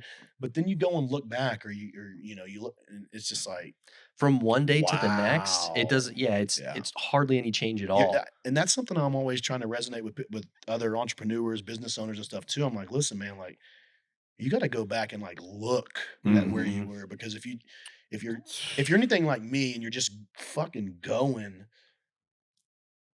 you can just, a lot of times you'll get beat up feeling like, dude, I'm not accomplishing anything. It happened for sure. It's happened here a lot, but it happened in Norman for sure, where it was like we'd have goals and we'd be like, okay, we want to get to this point. We want to be doing this, a month in sales, or this even a day or whatever. And, we have all sorts of different ways of doing that, and getting out the community is a big one for us. But it's really funny because you go, okay, like months and months and months about, you got a number or whatever. And it's like, all right, we want to get to this. And then you get there and you're like, cool, that was fine for about 3 minutes. And now what's the next expectation? And it's just crazy how fast those expectations change. You start, I remember, we're celebrating $500 days. And then, and then all of a sudden, you pull a $3,000 day and you're like, okay. Right. And you're But at the time, the $3,000 day doesn't really feel any different than the 500. Yeah, because it was until you slow yourself down and like Mhm. really make yourself. I mean, pat yourself on the fucking back, man. You know what I mean? There's a tough one times for you us, got to man. get up and just pat yourself on the back. Yeah. It's tough. Yeah. This life is the unsuccessful entrepreneur. Yeah, Not there the you easy go. way, my Yes. guy. Yeah. We take a tendency to, it's typically sample triad or whenever like a new store's got its sign up, and it's like Kevin and I like to just go stand out in the parking lot just for a little bit, Yeah. 5 minutes or whatever, Yeah. and just kind of look at it and just be like, what the fuck? Yeah. It always Yeah. makes me anxious every time he does that. Guys, I'm like, I got so much to do, Thomas. Yeah. And I'm like, stop and smell the roses. But I'm willing to bet that it's like 10 out of 10 times when you're in those situations, you're together because you're your even kill. Like, you are who you are, and it's the same with you. And that's just going back to my guys. That's, when it was just me, man, and it's honestly hard to remember back to that point. But Yeah. when it was just me, it was so much more stressful, and the unknown Mm-hmm. was so much more. And you know what's funny? Like, if I'm being completely transparent here, I still haven't caught my income personally from what it was before I did any of this. Really? As just being an online coach. Yeah, I used to always have 50 to 70 Wow. 70 clients Wow. paying a fairly good ticket price Mm. all the time, and I did that in my underwear, you know what I mean? Mhm. Which was, but I will say to anyone that thinks that is like the dream, because that's what I did. I created what I thought was my dream, to be able to work from home, sit at home, do my day. But I got so fucking complacent, man, and Mhm. miserable. And I'm a guy that has to be, I'll bitch the whole time about being pushed and worked. But if you take that away from me, I'm worthless. Mm. And like I said, that's when I met them. I was kind of looking to I was looking to do something anyway because I was miserable. I was making great Yeah. money, but But at what cost? I Yeah. just kind of, yeah, I'd like, Yeah. yeah. And I don't even know really how it happened. It's funny how so many people hesitate to take a pay cut like that to enjoy their Mhm. work, their day to day, the thing that they're spending most of their time Right. awake Mhm. doing throughout the day. Right. And more, and you can resonate with this. Now it's so much more about how much I invest versus the nothing I invested back then, Yeah. which is where Right. my pay really, because I'm Right. investing so much. Hmm. You But know, the there's months that I'm like, well, you know, we put way more out than we brought in. Yeah. And there's Right. been several of those, but but the chance for passive income as you go forward, even if even if it's not passive correct, right correct. now, And it's becoming that way. Yeah. that's No, awesome. no. That's it. That's the whole, that was the whole stroke of this, was to get to a point where, you know, what I had built before was not, you couldn't duplicate it Mm, from the coaching. There, Yeah. you can't be me. And we're learning this with Mike now. Mike's going to be a fucking phenomenal coach, but um, there's just so much that you can't teach, Hmm. and they have to be able to see that on their own. And he's getting better and better every day. But there's so long to, it takes time, and for some things just aren't as natural Sure. as they are. I mean, Oh obviously, right? yeah. We're all Right. good at what we're good at, and there's just things that are going to take him some time, um but but but replicating yourself is not duplicatable. And it came to a point where for me, I'm going, you know, I'm getting older. I'm now, at the time I was retiring, I was retired, thought I was retiring, was Hmm. still kind of, the Yeah. fucking one, 4-year routine of letting it go. yep. Yeah. Right. I was in that phase, but I knew that I wasn't going to be able to be the driving force forever. Hmm. My preps, my conditioning, all the crazy things I was able to bring to the table that really got conversation started, I knew would end. Mm. And when I'm no longer competing at all, you know, then what? And Right. it got to a point too. You know, I enjoy the community. I enjoy the. I thought I hated like the local aspect of it, the regional stuff, because it's just so watered down from what I'm used to. Absolutely. Um, However, dude, I missed it so bad, being involved, being Mm. part of the community, being part of NPC Oklahoma. Like, Mm. Sure. it feels good to be involved in something, you know? And so all that stuff led me to wanting to do this. And you know, long stroke wise, it's the best move because I do have a way out at this point. Sure. You know, nobody wants to be, we're not gonna talk about my age, but Wait, nobody wants to wake I thought you were going to be open today. all right, so I'm 40. Nobody wants to wake up and be 60 and still have to be running a coaching business, you know. Mm. The goal here is to pass the torch eventually to these Yeah. guys. And Well, and I think you get such a unique and like good perspective of what, you talk about replicating yourself, and then it's like we talk about it a lot with, replicating for managers or whatever. And, what I always say about it is, I hope I'm the worst manager that Norman ever sees, because when I'm able to pass the torch on to somebody else, and I hope I'm the worst manager at UConn, because when right. I'm able to pass the torch on, hopefully they can take the good parts of me and the Yep. good parts of them and combine them and drop some of my bad habits and, Yep. and kind of get it to where For sure. it's even better. And then they pass the torch on and they Yep. take all those good things and they pass it on, and you get this uniqueness, and you start talking about the people around you. And you were talking about Kevin and I, and one of the things that came to my mind was like Alyssa and all the things that she brings that's so unique to her that I know I wouldn't want to be doing and you wouldn't want to be doing or could be doing. Or And those was are those are doing. the people too that, like, from my and Alyssa, when you hear this, I'm sorry for not including you in that. 'Cause I She know- doesn't- she doesn't she listen. doesn't listen to these. She Okay, doesn't cool. listen to these. But if she did, I'm sure she does as much work as anybody. Oh yeah, she's a With- killer. And I'm man. sure her role, being a female, and what the tasks that she does take on are the ones that you guys would never want to do anyway. So She got a couple of stories. She got voted last year the hardest working triad employee in the whole company. There you go. Yeah. And It's always a fucking woman, man. Where do they get it? Where do they get it? In the Is it the motherhood thing or what? I don't know. She's You ever watched a mom of like 4 kids just run around like at a fucking sporting event or Yeah, something? right. They can- And then leave and go home and like clean the entire house. And Yeah, it's crazy, and- man. it's unreal. they can. Respect. I feel like women can multitask better than men because Uh, I can't at all. No, No, you can't. I think I can. Yeah, I pretend like I am, but I'm Yeah. really just doing one thing Yeah. and then another thing and then going back to this Or thing. fucking it all up too. Yeah, right. But we brought her on because it was especially at a time where my original partners were leaving. That was at the very end of 2017, and I was taking over, obviously, literally everything in 2018, and clearly needed any help I could get. Thomas helped us a lot for free, especially really early on. Alyssa helped quite a bit in 2018. Mhm. We actually, at one point, she started taking over orders, and we compensated her by getting her a gym membership and a laptop kind of Right, yeah. situation. Yeah, right. But we brought her on full time because she was doing some of my tasks, the tasks that would take me legitimately 12 hours in a day. She would knock out in an hour. I'm like, how are you Yeah, doing this? yeah, like, right. okay, like, And well.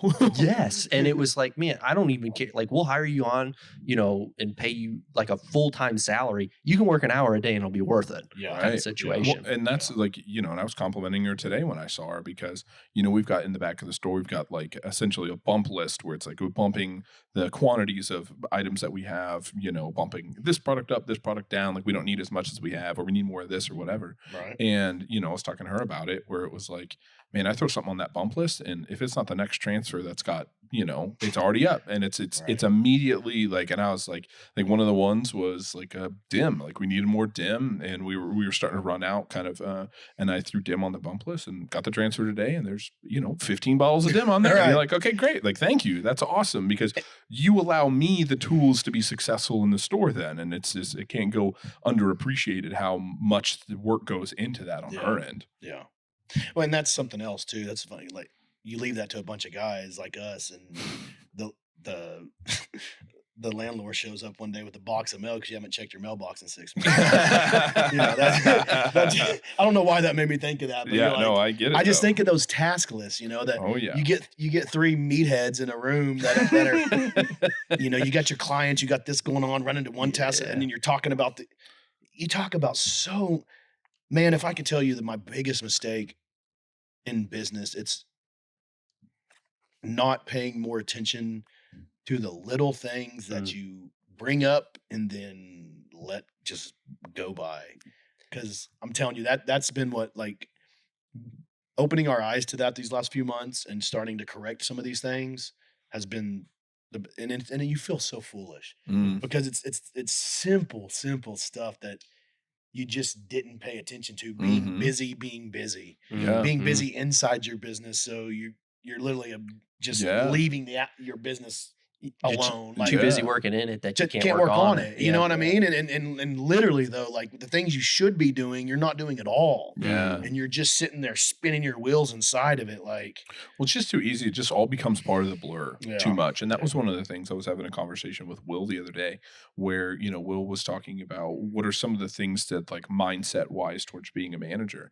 And one of the ones that I said was once a week, I compared, my analogy was that the store is your car, and once a week you got a first date, and you got to take inventory of your car. Is this first date ready? If it's not, make some adjustments. But the Right. problem is if you don't ever have that first date mindset, right. you look back in your back seat and go, holy shit, there's a bunch of crap back here, right? There's a bunch of just, this It's is so not easy where I to say want. we'll get to it tomorrow. Or, Right. let's finish this task and talk Yeah. about Yeah. it. And then that task ends and you don't talk Right. about And it. that's why it's, every Friday night, you got a first date you got to pick up. What's this look Yeah. like? Is it take inventory of what that is and make your adjustments? And he's Dang, like, I haven't heard that. I like that one a lot. "Nah, It I is just made good. it up." I'm Where'd you gonna- hear that? No, I just made it up. Did you just make that up? Yeah. Oh, yeah. That's He solid. makes he's really good at making. Oh, up he's his on own his analogies. feet. Yeah. He's on his feet. Trust me. I know. Stop it. I'm grounded tonight, boy. All right. So what? So obviously, business owner. What all businesses are you involved with? Right now, it's just So the coaching business and the gym are two different entities. Right. And then I have the detail company. The detail That's company. it right now. Okay. Yeah. So being that Name of the is- detail company for everybody so they can. The next level detail. The best. Use us. We've got a couple other good friends that are in more of the day to day on that business, And that are huge triad yeah. reps. They're repping you guys all the time too. Caleb and Grizz, right? Yep. Oh yeah. Yep. And you know Bethany as well too. And Oh, Bethany, yeah. yeah, absolutely. I know them super. So that business is a little bit more of passive income for you, right? Very much so. Nice. My job in that business is to work with Caleb. I mean, Yeah. that's pretty much it. How are you doing However, with that? Are you okay? however, don't fuck around. I can detail, bro. Oh, I'm sure. Yeah, I I'm bet. sure. I can detail. Now, I'm not going to be very efficient. Yeah. We're not going to get much done, but every customer is going to be really happy. Yeah. So we see you today, the successful coach, business owner, gym I owner. wouldn't say that successful, but So we would. yeah, we would. I appreciate it. I want to hear some stories about Here we go. the grind years. Ooh. You mentioned some Here we go. suffering, especially in the Here we go. bodybuilding years. Mhm. Okay. Let's see here. Where do you want me to start from?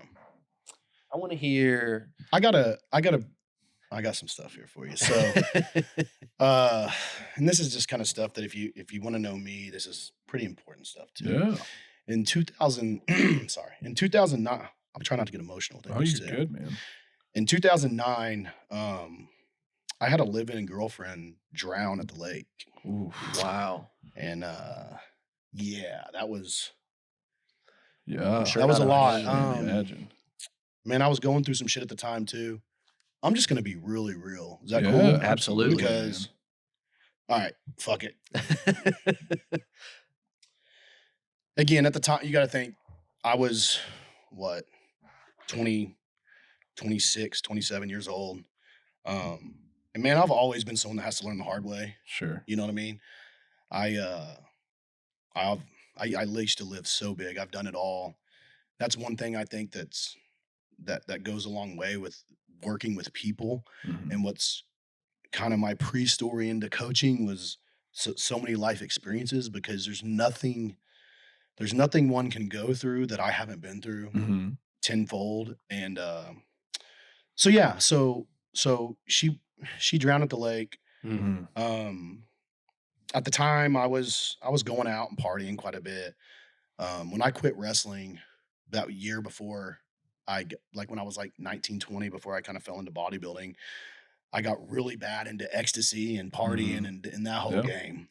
And even as a teenager, I started drinking when I was like 14. Sure. I told you my parents left. Me and my mom, as much as I know she loves me, we've had a rough run. Mhm. But yeah, so when she passed away, man, I lost it, man. I was already fighting an assault and battery case where, in this particular instance now, however, I'm gonna go ahead and say I probably deserved everything I had coming to me from other situations.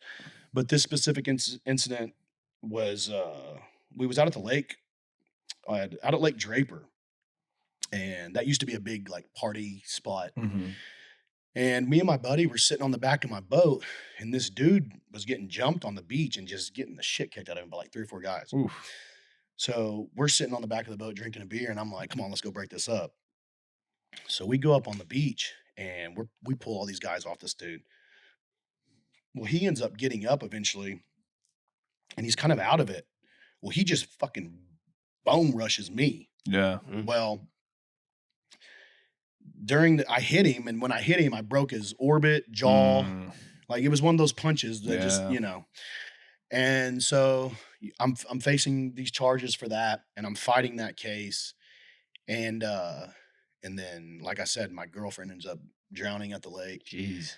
And I just, dude, I went to a bad place. Yeah. I ended up having a friend move in that was partying and selling drugs and just, the whole ordeal. And this was at the time when I was actually making steroids and selling steroids. Mm. And I was going to compete for the first time in a couple years. And I was like 5 weeks out from a bodybuilding show. This was probably, I don't know, maybe 6 months after Lauren had drowned. And 5 o'clock in the morning, OBN kicks my front door open. Bro, masked up, machine guns, red lights, the shields with the gun going through the fucking spot in the shield, green mask, green suits, the whole ordeal. That's fucking crazy. It's like literally like 5:10 in the morning. I jump out of fucking bed. I'm butt naked. I'm like looking back and like freaking out, and I just see these red lights all down my hallway. Jeez. And so I panic, and I'm gonna go try to like run over and grab a pair of shorts to put on before, you know? Yeah. And about the time I fucking go to move, and again, I'm maybe frozen. I don't really know what was going on. But I feel like I'm like running over to my dresser to grab a pair of shorts. And next thing you know, I'm like, don't move, motherfucker. And I'm like, I throw my hands up, and he's screaming at me like, don't get. I'm like, what am I gonna do? Piss on you, dude? Like, I'm clearly not hiding anything here. Like, I didn't have to pat you down. You see what I got. You see what I'm working with. And yeah, dude. So he takes me out in the living room, and the funny thing is the lead on this case is this fucking female, man, that has it. I mean, man, I don't ever want to meet her again. Yeah, she did not like us, but but anyway, it's a female. Imagine. So they take me out there, kick my knees out, put me on my knees in my living room, zip tied behind me. And then they weren't coming in for me. They were coming in for my roommate. Oh. And we'll get to that. But so they go on down the hall. His door's shut. They kick his door in. He ended up having some random fucking girl over, this poor chick. Oh. So, yeah. So they, next thing you know, they come down the hallway. I'm sitting there like, just everyone check me out, you know? And so they come out, they bring them out, they separate us. Obviously, they're trying to get you to fucking talk on each other. Yeah. And then the lady comes up, she's like, listen, we're not even here for you. Your boy's been peddling cocaine downtown. He sold to an undercover 5 nights ago. He sold like an 8-ball for like 400, like some crazy amount of money. He just didn't think this did it anyway. Well, like a week before that, I didn't even know he fucking was coming home. He worked downtown too, but he was coming home on a street bike, and it was in Moore, and he was hauling ass down fucking what was it, Eastern, at 3-4 in the morning, and a cop goes to get him, and he runs from him, goes to come to our duplex, and the duplex didn't have fences, so he just rode up in the backyard and then was riding behind the duplexes. Well, the cop turned the corner into where this cul-de-sac was, and about the same time the cop turned, I guess he could see his taillights as it went by the last one, or he would have got away. So I wake up to hearing this chaos out back, and it was a duplex, so that the back door was to my bedroom, the master bedroom. And I hear him just beating on the door, let me in, and I wake up, I'm like, what is going on? And then I hear a cop, get on the fucking ground.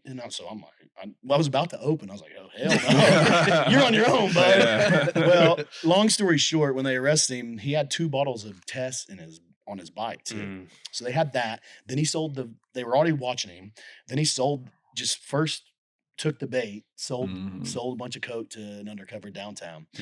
So that's how they ended up coming in. So she tells me all this. I'm like, great. She even tells me like a week before, we had an undercover in your kitchen, was here buying stuff from Dakota. We have on record here where he was asking if you could get X, Y, and Z, and you told him no, this, that, and the other. I was like, holy shit. Well, wow. That's crazy. I was smart enough to not keep all my shit at the house anyway at the time, living this way. But I had a little bit of stuff for my show in my bathroom. Well, I told him about that, and it still was no big deal. But when they searched the house, they found some like hidden growth kits or not hidden, but growth kits in the fridge. They took them out and set them out individually on the table, little growth amps, and then tried to make it look like we had all this stuff. And they found some empty vials, and so they ended up charging us with manufacturing. Jeez. So just like we're cooking meth. Jeez. So long story short, fast forward, you know, we're fighting all this, and then the DA was like, remember, I'm fighting that assault and battery. Same Was like, if time. you fight this assault and battery, I'm going to bury you on this drug case. So my attorney convinced me, being first time offender, to just do a plea, just plea it out. And so I took a blind plea. We walked into court that day. I had like 100 people at the courthouse. Gina Davis was there. Wow. Obviously all my family, tons of people in the fitness community. That's cool. That's cool. It was really cool. Gina, thank you for being there if you ever hear this. But so my attorney had everyone convinced I wasn't going. I was all relaxed, like it was no big deal. This was going to be the sentencing. We're going to get some paper time. I have a lot of probation and community service, yada, yada, yada. Well, we walk back in the courtroom. It's just me. They have this set for just me. All my people are filling up like where typically everyone else would sit. And the judge at the time was like a 75, he's dead now, a 75, 80-year-old man. And he looks up and he goes, why are steroids even bad? And I was like, thank you, God. Yeah. And then Jennifer Aniston was, not Jennifer Aniston, Jennifer, what the hell was her name? Anyways, the DA stands up, and there was you guys won't remember this, but back in 2010, 2011, there was a case where a couple guys got into it with an off-duty cop at a bar, and they ended up going outside and beating him up. Well, one of them picked him up and dropped him on his head and paralyzed him. And he was an OKC cop. Well, this went all over the news, as you would imagine. Sure, yeah. And she gets up and starts talking about that case. And it only been like 2 weeks. Well, they deemed it steroid abuse and this, that, and the other. So she ran with that, even though she told him, my attorney, she wasn't going to push for jail time. Jeez. So then he goes and looks over everything, comes back, stands back up. The state of Oklahoma versus Marcus Wade, yada, yada. He starts reading off the charges. And he's like, and I'm just like, still kind of nonchalant. And he's like, on charge 1, yada, yada, yada, 3 years in, 2 years out. Because I had like 5 felonies, and some of them he were like 5-year sentences, some of them were 10-year sentences. But all of them were 3 years in. And I was just started hearing, I was like, I look over at my attorney and he just puts his head down. Jeez. And I was like, I'm going. And then he finished, and he's just like, Belliff, and here we go. You know, so I stood up. I took my suit coat off. I kind of threw it at my attorney. My mom's screaming, freaking out. Sure. I look back, you know, everyone's eyes are this big, jaws drop, can't even believe this is happening. And you know, they took me away right there, and I was gone for 13 months. Jeez. So ended up getting out on good time and shit like that. Yeah. You know, but you know, some crazy stuff happened. I got to see some wild stuff. Yeah. I bet, man. I got to live the worst of the worst. Yeah. But you know, it wasn't the things that you think would bother you. That year was the hottest year in Oklahoma, literally. We had like 78 days of 100 degrees or some shit. And there's no AC. Yeah. And so you're in those concrete block built. I remember there was times I was sitting there be bawling my eyes out because I didn't think I was going to survive. Yeah. Just the heat. There's no AC in prison? And there was always cable in prison until 1 week after I got to prison, and they pulled cable from prison as well. So No. that was the one thing I was looking forward to from county, you know, during all that time prior to getting to actual prison. And literally the week I get there, the next week, they had 1 week left. I got to watch cable until they pulled it. But yeah, man. So yeah, that, you know, that whole experience alone, just from the point she died to getting through all that, you know, coming home, not having anything. Yeah. You know, it's crazy. Before I went to prison, I got this sleeve so I wouldn't bodybuild anymore. Because back then, this is prehistoric. You didn't bodybuild with tattoos. Yeah, so I right. got a sleeve to keep me from bodybuilding. And then I got out of prison and just bodybuild with the sleeve. So Yeah. no, when I first got out, I didn't know what I wanted to do though, man. It was my gym family were my people, and I was back training. And, Yeah. I didn't really know how to make money, but I could grab clients again pretty easy. And That's good. And so I started training again, just training. And then about a year later, I started coaching more regular. I'd coached a few people, but I actually started coaching as a business. And then in 2015 is when I started transferring everything all online. Yeah. And then I would say that took about a year to be completely out of the gym. And then I grew that. And then through the time I ended up winning the universe and winning my pro card and stuff too. That's like I had more clients than I knew what to do with. Sure. And again, that's when I transitioned back to like, this kind of sucks. Mm. This wasn't what I was really looking for either. Yeah. So, and here we are. Enjoying life a little bit more where you're at. Oh now. man, but that, again, those, if you can take yourself back to those moments and live there for a minute, Yeah. Mm-hmm. your appreciation for Where just you're the simple things. Mm-hmm.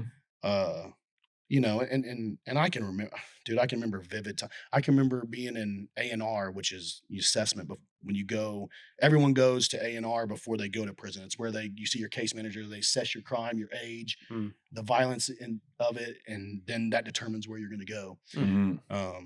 But in that area, it's 24-hour lockdown. You get out 1 hour every 3 days to take a shower and make a phone call. Whoa. And everyone's getting out at the same time. So everyone's trying to shower and make that phone call. So Yeah, you might get a right. phone call every third time out. Mm. You're gonna get, if you're lucky, you get a shower every time.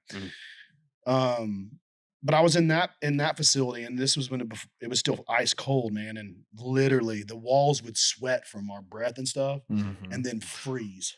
Jeez. And you got one little ass blanket. Like, it was fucking miserable. I remember one Yeah. morning sitting on this little makeshift metal desk, if you want to call it, that had this little window, and looking out, and it was at Lexington, and I saw this truck and boat drive by, and it just hit me, dude. I was like, I'm not going anywhere. And at this time, I knew I had a 3-year sentence, and people at county, these fucking crackheads, man, they'll tell you everything and anything. You're going to be 6 months. You're going to do all 3 years. You don't fucking know. Yeah, right. You have no You clue have what's no coming. idea, You have yeah. no clue. Dude, that would be the tough part. And You dude, couldn't count that down. shit drove by, and it was just like this. It was just like, dude, I'm stuck here. Like, I'm not going in. And dude, that was the most like humbling Mm-hmm. experience ever. Hmm. But yeah, man. I mean, like I said, hard times are what make the good times worth it. And Yeah. Perspective. it's Yeah. all about perspective, man. Yeah. And being able to relate. If you're working with people anyway. Yeah. And working with as many different types of people as I can do, as I do. That's one thing. Mike even will say is like, dude, your ability to like get on anyone's level and just be able to talk to them and relate to them is great. And I'm just like, dude, you can tell me a story and I can go back to something Yeah. that Sure. I've done, so Your experience. in life. hopefully those chapters are closed. Yeah. We hope and so I'm done too, with the man. pain and Yeah. Right. the misery, but Man, we you know, hope so too, man, because you're sitting in a really cool spot, man. Again, like we said, we love working with you, and in our eyes, you're extremely successful. And man, I know I can only speak for myself, but I really appreciate you sharing Oh, yeah. the story like that, man. Yeah. That's to be vulnerable with us and anybody that's listening, man. That's going to make.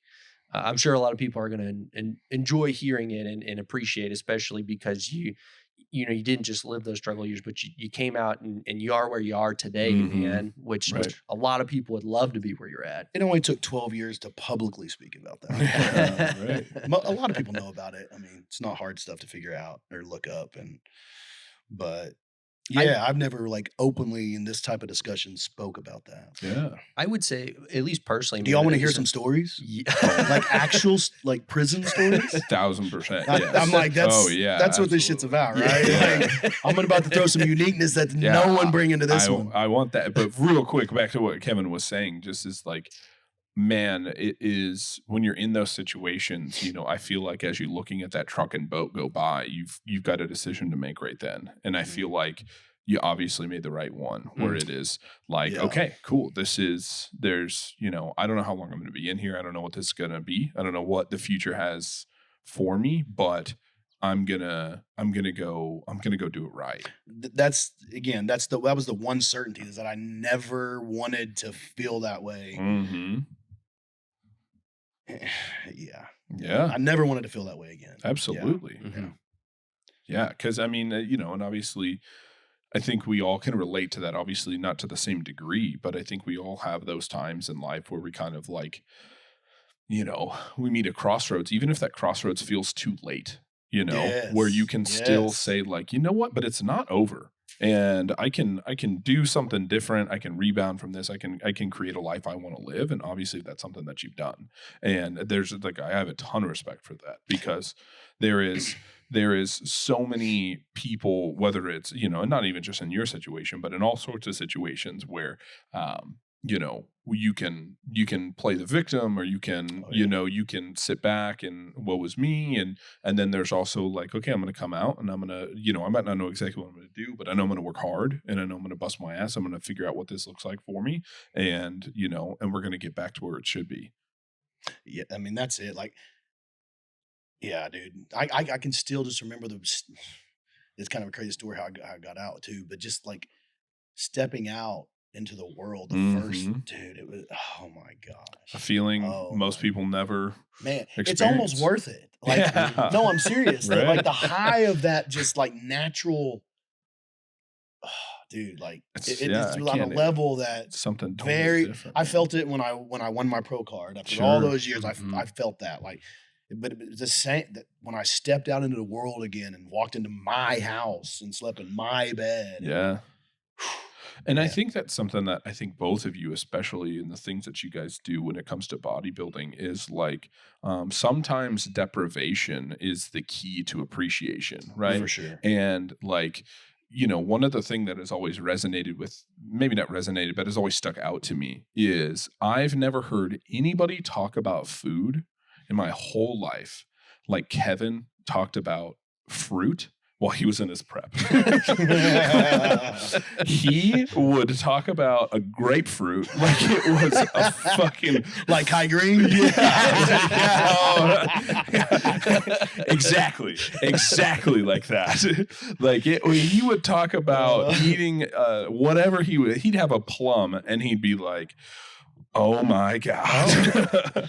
And it is just something about that where sometimes, you know, and I don't know if it's always the right move, but for having some sort of deprivation, having some sort of, what I don't know what the word I'm looking for here, but it is almost like they talk about freedom comes in the form of, you know, controlling yourself, and freedom Yeah. comes in the form of discipline, Mhm. and you know, and how that unlocks experiences for people that when you're constantly overindulging, that you don't ever get to truly experience the joy of those things sometimes. Right. I- It's like you say with food, like you become so even now, you know, I could go and eat brunch and not really think twice of it because I Yeah. do it almost every weekend. Yeah. Mhm.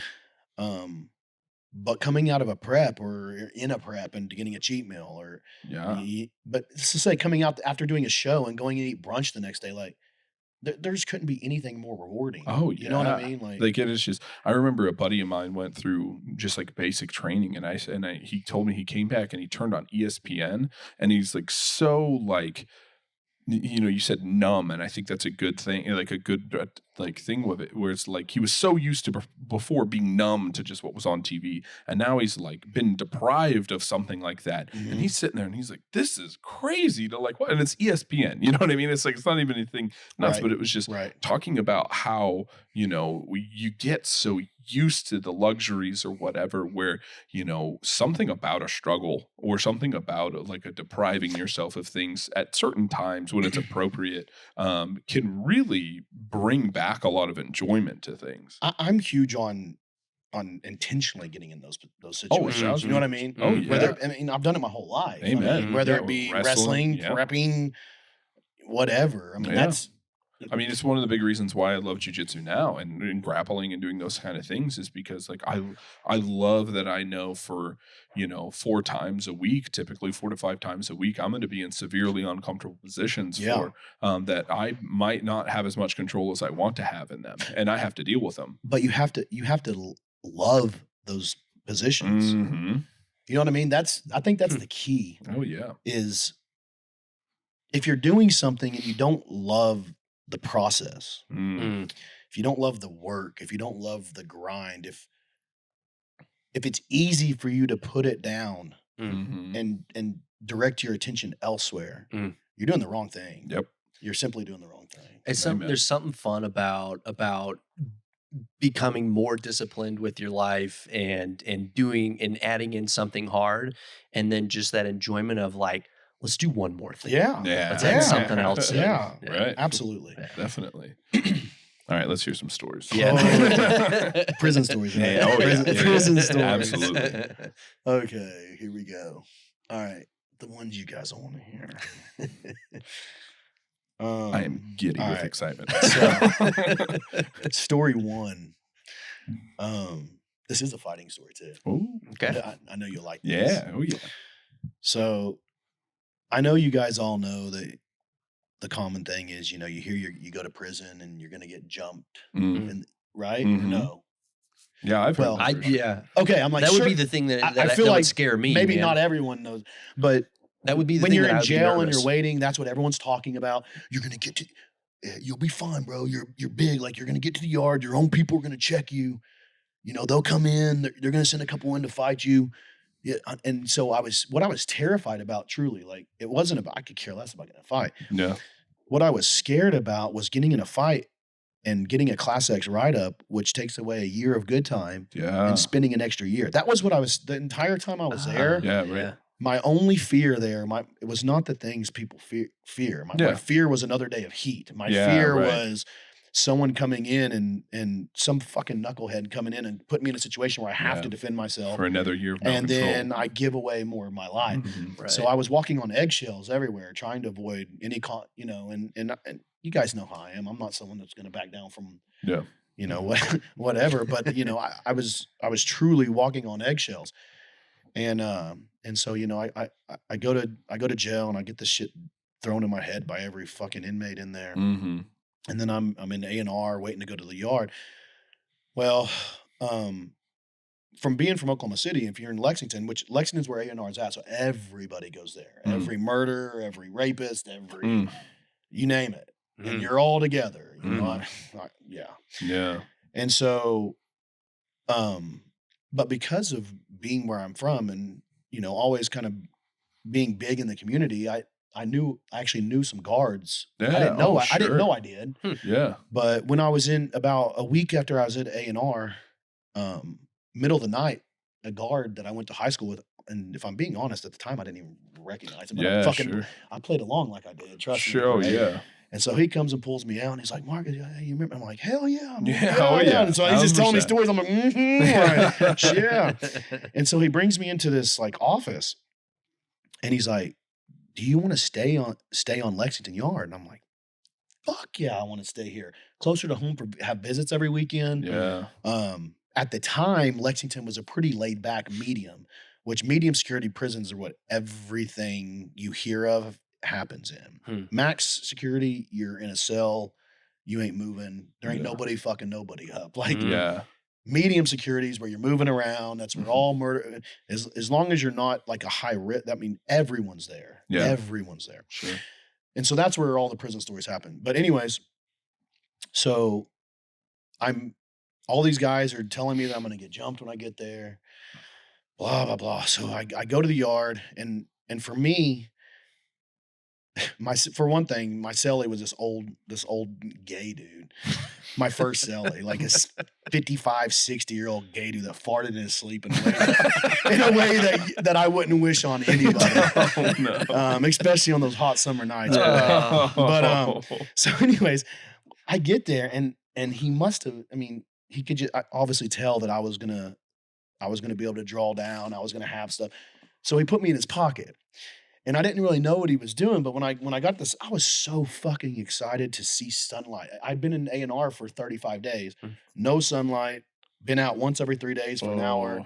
Like it's spring, my dude, and I'm out in the sun, and wind's blowing in my face. Like again, those appreciation. Yeah. And so I go to my unit, and as soon as I walk in, he introduces himself, and he hands me a brand new pair of shower shoes. You don't go to shower barefoot in prison. Yeah, that makes sense. Hands me a brand new pair of shower shoes, some new t-shirts, brand new soap and shampoo. I'm just like, this is amazing, right? Yeah, I'm about to go sure. take a real shower. And so that's all I wanted to do, man. So I grabbed all my stuff and I ran around. And again, in prison, the showers have multiple heads or whatnot, Sure. but only one person goes unless you want to do something different. It's that. I mean, that was just the common. I mean, there's not 2 people in there. There's 4 showers. There's 1 person showering at a time. Yeah. But again, I haven't been there. This is my first. Yeah. I'm just walking You on. don't know anything, and so right? the curtain was pulled, but not fully. Well, when I walk over, I guess the dude in there had just turned the water off. And so I didn't know. So I sling the shower open and go to walk in all excited. And I see him. So I pulled it back real quick, my bad, and went to walk off. Well, it was this big black dude from neighborhood. And bro, he comes out in his towel, fucking talking all this shit. And I didn't know what to do. I was froze. There's in the day area, there was all these guys playing fucking cards and dominoes and shit. And I'm just like, I don't know what to do. And he keeps walking towards me while he's talking shit. I just dropped my shit, changed levels, hit him with a double leg, and took him over this like wall about the size of this couch that separates the hallway down into the shower, and then it drops a whole flight of stairs into like the day room area. Oh. So I hit him, picked him up, and just took him over the wall. Jeez. Well, we landed on a day table, but that all these guys were playing on, and he lands on his back, and I'm like crawling up his chest. I'm about to go to work, dude. and he's like, no, I could just see it. And I was like, so I stopped. And then I get up, and he's like, you crazy motherfucker. And I look around, the other guys are just like, and yeah, I never had to fight anyone after that. Yeah. That was that. Maybe a good thing it happened. But I joke about that. The reason I had to fight nobody was, this is actually really cool. So in prison, everyone does kind of the same fucking bullshit workouts. They have a deck of cards, and they have like, you do X amount of push-ups as you roll through these cards. And this is just what they took weights out years ago, so there's no weights. Yeah. However, there's stuff. Yeah. And you put me around stuff long enough with no gym, I'm going to figure something out. Yeah. Amen. And I got to where I was using the trash can carts. Oh. I'd flip them upside down, and then there's like little like benches in the outdoor little area of our unit. And so I'd flip them upside down and put the handle on that, and then I'd have people climb up and sit on the cart, and then they would lift it up to me, and I'd bench that, or I'd put the back of the cart up on the bench, and then they would pick it up. I would climb up under it and squat, and then like 4 people would go up and sit on it, and I would squat, or I would lunge inmates. Like I just have them on my shoulder and lunge them. We had water bags. I was training. You know what I mean? I found ways to train. Dude, people were blown away. So a couple of weeks goes on. First thing it's just this white guy working out with me. Next thing you know, there's an Hispanic guy that's kind of a shot caller. Then there's an Indian that's a shot caller. Then there's a neighborhood. Then there's a blood. I had everyone. I had like 8 people working out with me, but they were like all the like head honchos. And so one day I was walking back into my cell, and the guy next to me, he called me over. He's like, Wade, he's like, I've been in here since 1978 in the same cell. This guy'd been in there that long. That's crazy. He goes, I've never seen 2 races ever work out together, and you have every race in the prison training with you on a daily basis. And but so first 90 days you're in prison, everyone has to work in the kitchen. It's fucking like a part of the gig. Yeah. It sucks, dude. I was a tray washer. It was awful. But anyways, so I was washing trays one morning, and it got chaotic, and I can't even remember what happened, but and again, this is like 4 a.m. You got to go up there it was terrible. Anyways, this black guy, I can't remember what happened. He was getting irritated, and I was trying to calm him down, but I called him Bub by mistake, like not meaning anything by it. Bad move. Yeah. Bad move. He was the head neighborhood on the yard. Oof. And he was like, we're getting it when we get out and go to the gym. And I'm like, fuck, dude, this is gonna stab me. And luckily though, because of everyone I worked out with, the dude on my yard like snuck down there or whatever, got note down to him and squashed it to where nothing ever happened. That's good. So I never had to deal with, besides that first thing that it was kind of on me, just reading a situation wrong and panicking. Well, yeah, understandably I though. never had to deal with any Jeez. Any like anything like that the whole Yeah. time I was there. Hmm. But dude, I saw this white kid, because drugs are rampant in prison, Yeah. and this white kid got strung out on meth, and his people didn't get the green card to the white guys in there, so they set him up, man, and it was in a cell next to me, and they called him in, and one of them was hiding behind the door, and when he walked in, he just drills him and drops him. But when he falls, he hits his head on the concrete and splits his eye to the bone. I mean, Oh. huge, just gaped open. Well, you ain't going to tell nobody about that. Yeah. Someone could get in trouble. So you know what they did? Mm. They pulled out the sewing kit. Ooh. Sewing kit. Right there in the cell. And I watched them sew this dude's eye closed with a sewing needle and thread. And then at mail call that night, or I think it was like later, like a night or day or two later, the CO noticed and he was like, "What happened to your eye?" And he's sitting there just acting oblivious because he knows not to tell. It was the Yeah. craziest shit I'd ever seen. And it was Oh, bro, yeah. bro, it was so infected and it was nasty. It was Oh. nasty. And he was just like, "What are you talking about?" I don't know what I you're was talking like, "What are you-" I couldn't even play it. I'm dying. I'm getting stabbed because there's no way I can play this off. Yeah. Like, no, he's just like, what do you mean? Oh, I don't know. The crudely stitched together face you have. the 8 inches of red yarn you have in your eye. That might have gave it away. Yeah. I don't know, man. This is So- crazy. So to say that it was interesting to say the least, Yeah. It is a different world, man. for sure. Yeah. That's most of the fun stuff, though, man. Like I Yeah. said, the rest of it was just being hot, Yeah. cold, Dude, that'd wear on you, lonely, though, for so Oh, long. not being around a woman for that long, like Yeah. just the little stuff that you don't think about. Oh, you know? sure. Yeah. So- Yeah. It was No, crazy. that's. But then we got out, and I think I got out, in 12, and then I think Megan got pregnant in 13, Yeah. and then Moxon was here. So, Yeah, right. And then everything's just been crazy, fast Yeah. since then. But, Yeah. but Now your son's getting into wrestling, right? Yeah, man. Yeah, That's awesome. he is. Get to probably be smart about it too, I'm sure. I see him weightlifting. a little For sure, bit. dude. That's Mm. been cool. Yeah. He's the most uncoordinated kid. He just still has that like baby deer in him, but he's a killer. Yeah. And so he's actually a pretty good little wrestler for a novice wrestler. You know, and Yeah. he actually goes in the open this year, and that's why I've been working more diligently, Oh, yeah. getting him ready. But dude, we started.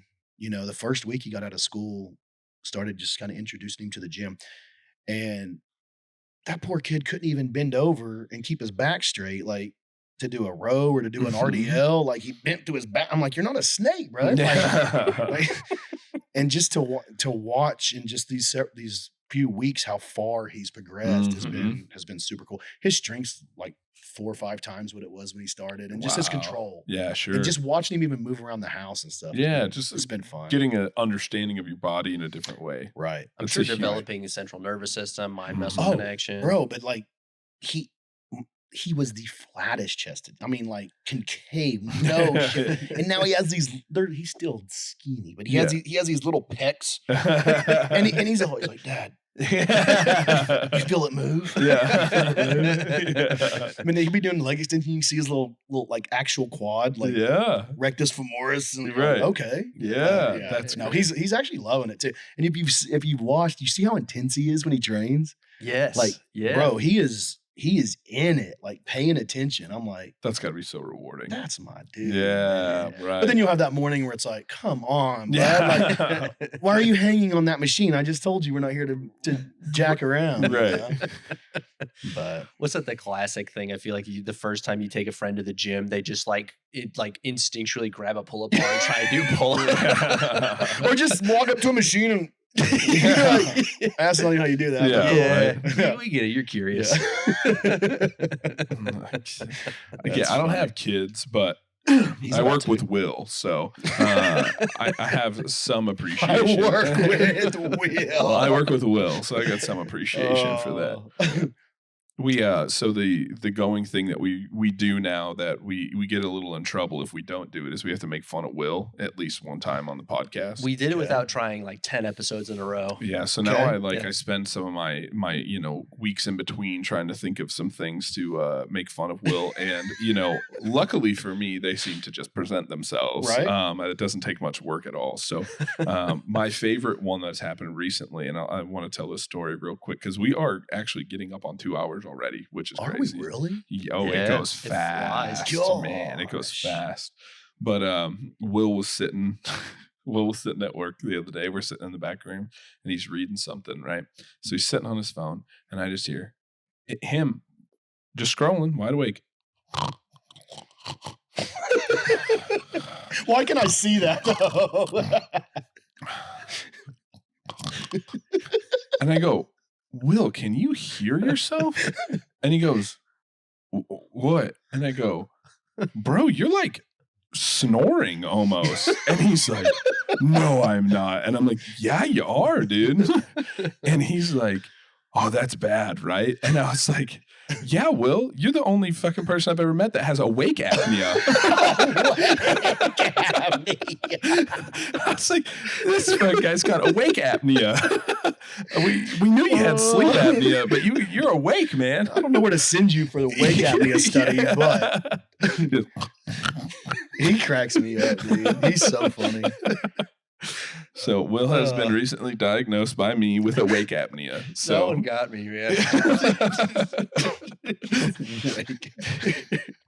I'm sure Will was dying at that oh one. yeah, bro. He's been training pretty consistently out there with AJ, hasn't he? Yeah, he Yeah. has been. Yeah. Yeah. He's loving it too because it's just it's a little bit of a different for a bodybuilder. He has some some different training styles that he's gone through, which is AJ? great.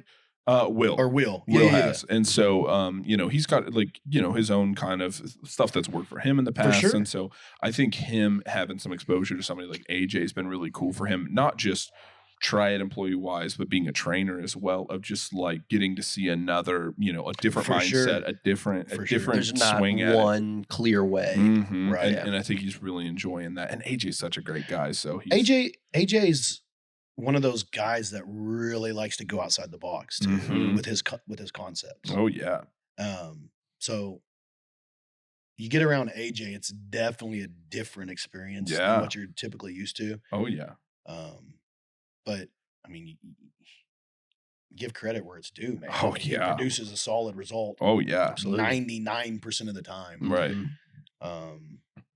And he's such a nice guy. and he's too. again, yeah. Yeah. He it's having that's been one of the coolest things I think for myself personally. I think I can speak for you with this too, is sometimes you meet people who are whatever, it's you or AJ or just anybody. Mike's a great example of this too, of somebody who, you don't know what to expect when you first kind of Yeah, meet him. And yeah. then you get to talking to him and you're like, oh, you're not just cool. You're a sweetheart. Like, Yeah, you're a nice yeah, guy, yeah, man. Yeah. Like, you start Yeah. talking to Mike and you're sitting there and we all go through the same normal progression and everybody does. I know we all hear the same thing too, and I'm sure you on a everyday basis is, oh man, and somebody wants to talk to you about training and somebody wants to, Yeah. and it's like, okay, cool. I have other hobbies, Right, and it's right. like, I think one of the first ones was Preston and I. One time Mike was in the store and we were talking about something, and for some reason, I don't know if it was a commercial or it got brought up, but Star Wars came up, and I've never seen Mike's eyes light up faster than when Star Wars came up, and we just all started talking about Star Wars for a while, and we're like, all right, like this is, you start getting to actually know people, and you're like, man, you are like, I always expected you to be cool, but you start meeting these people, especially when they're big time trainers or whatever, and it's like, man, we've been really blessed with the community that we have around us of people where it's just like, I have been pleasantly surprised time and time again by the people that I've gotten to know, and the people that we've associated with and gotten close with.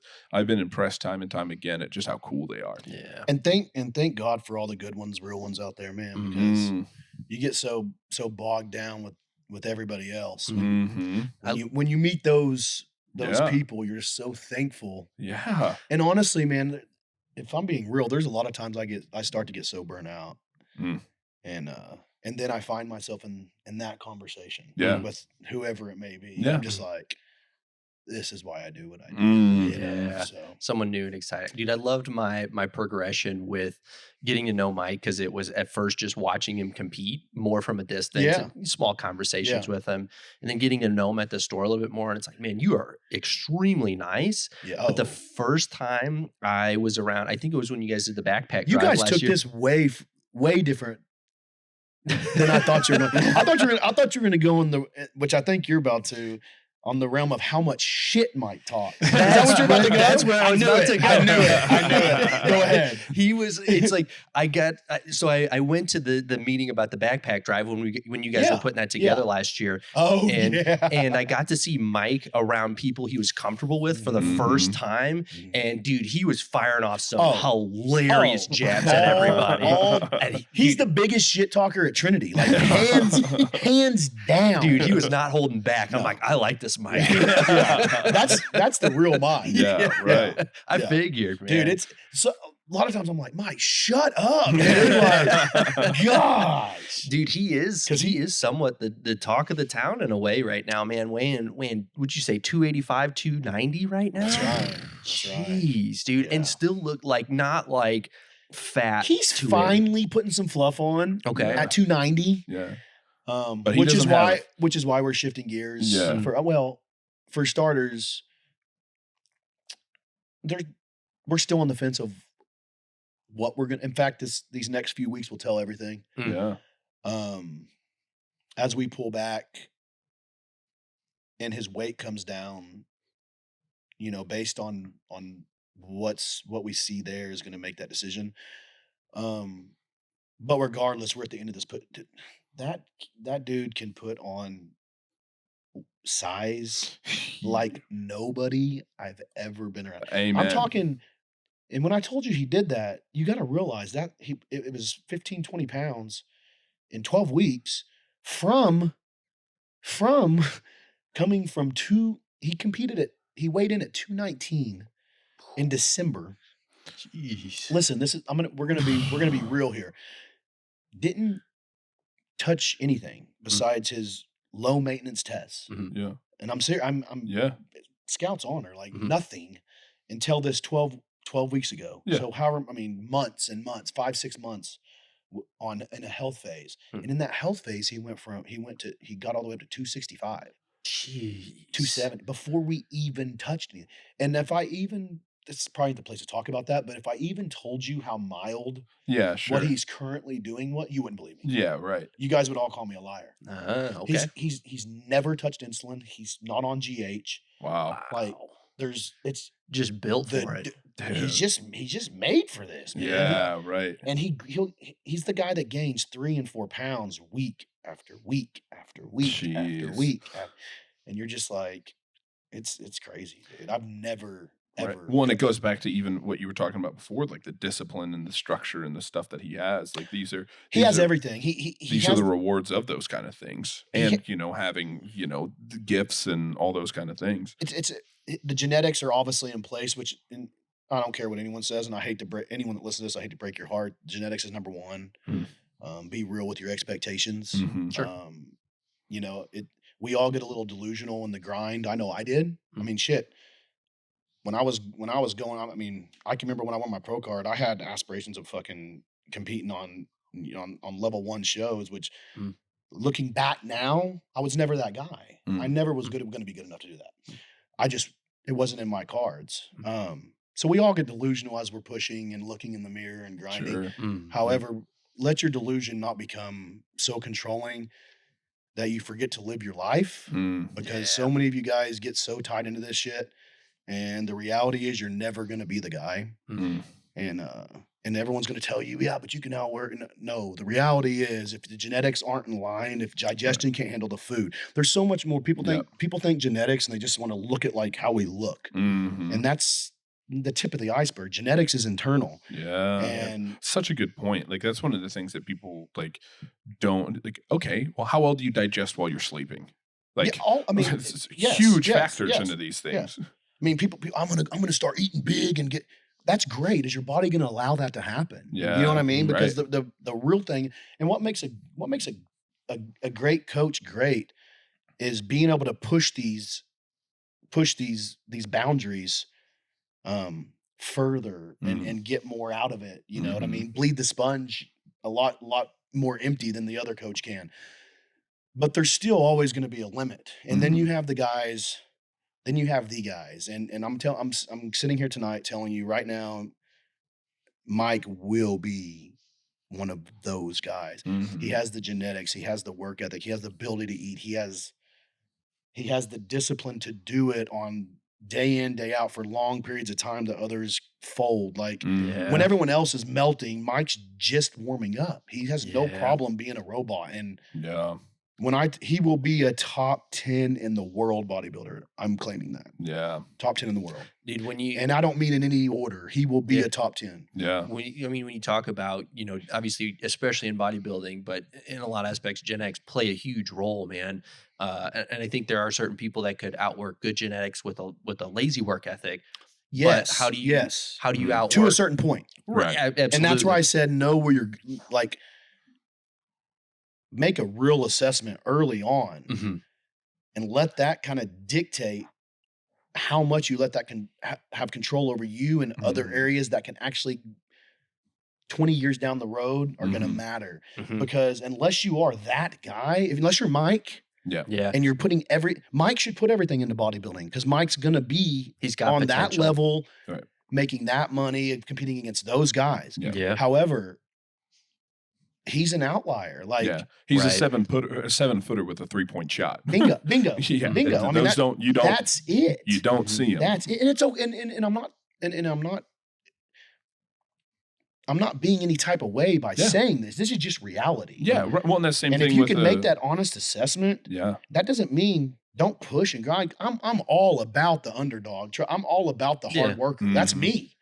I'm the guy with cardiomyopathy at 19 that was a wrestler that graduated 150 pounds, had mhm. stick legs, and and that's something else that's funny. People were like, I'm gonna get my pro card next.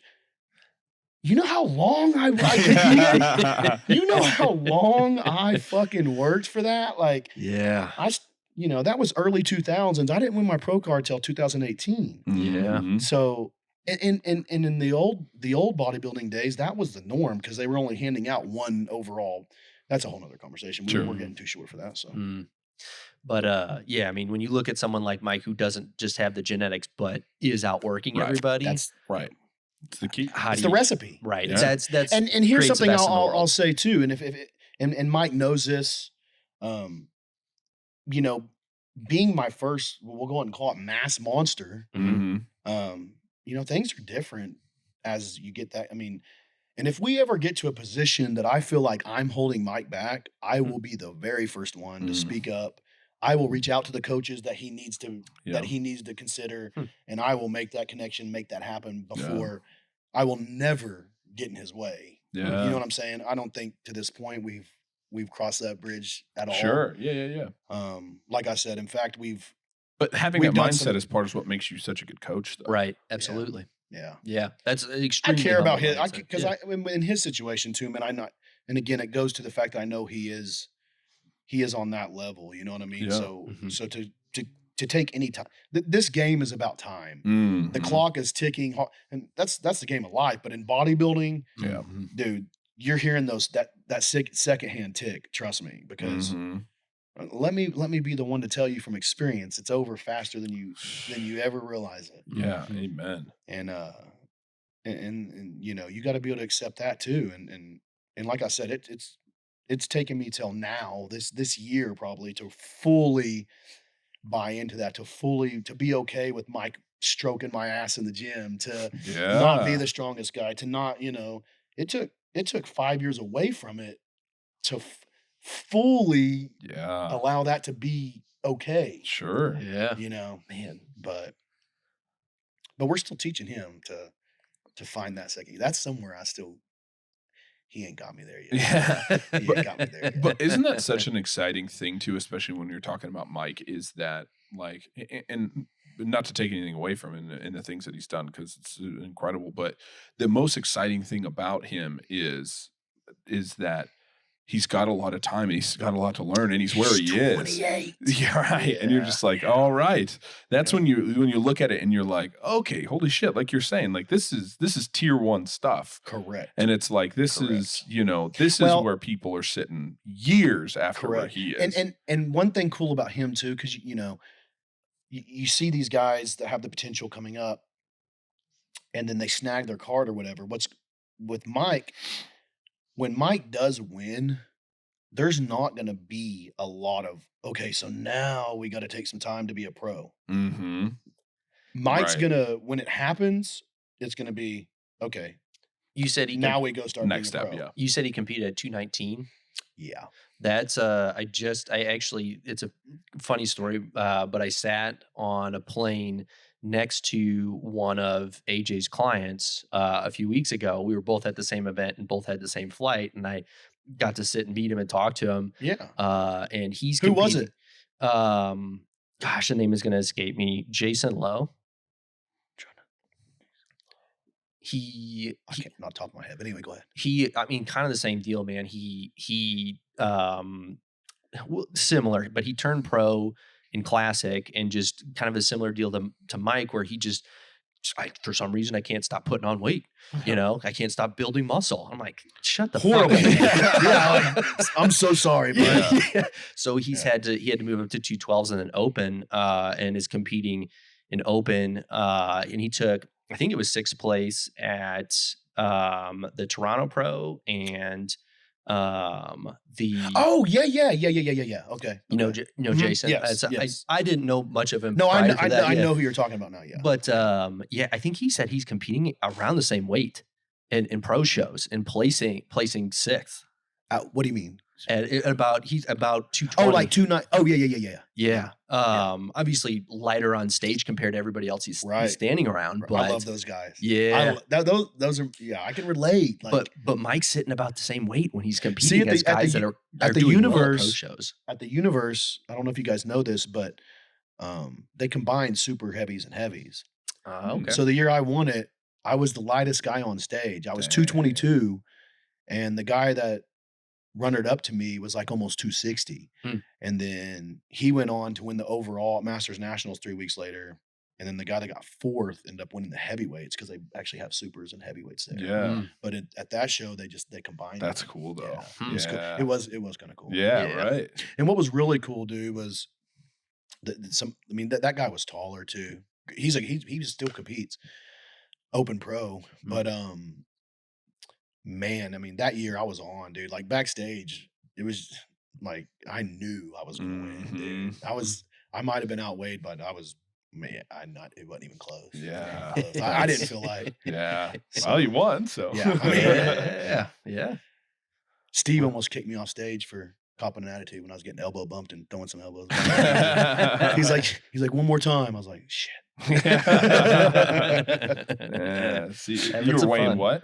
I weighed in at 222. That's good. Yeah. And they were the guy, the second place guy you said was 260. Yeah, like 256. Dang, that's crazy. Well, joke's on them. You didn't have wake apnea, so like those big guys did.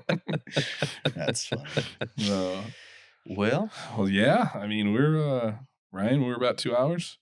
Yeah, we just came over the 2 hour mark. So. Yeah, it goes so fast, doesn't it? Dude, Man, I would have thought hour and a half, maybe probably 30 minutes or something. You're sitting here thinking, you're like, okay, about 2 hours, and you just keep going, and you're like, man, I feel like I could do 4. Well, no, that's when I was sitting here on the way up here, riding up here. I was like, what the fuck are we going to talk about for 2 hours? Oh man, it goes so fast. But then when we started getting into this, I was like, I need to shorten some of these shit. I need to talk about shit. Yeah, it's crazy. Because, you start thinking about it, because I think the style we kind of do it, but it's like, we're sitting around. If we were sitting around at someone's house or whatever, and it's like a whole evening goes by in a heartbeat, and you're like, oh, okay, Right. And really, this is just, kind of the same setting. Yeah, people are always like, man, 2 hours. And I'm like, dude, I don't think we could do them any shorter. No way. Like, it's there's no way that we could get even.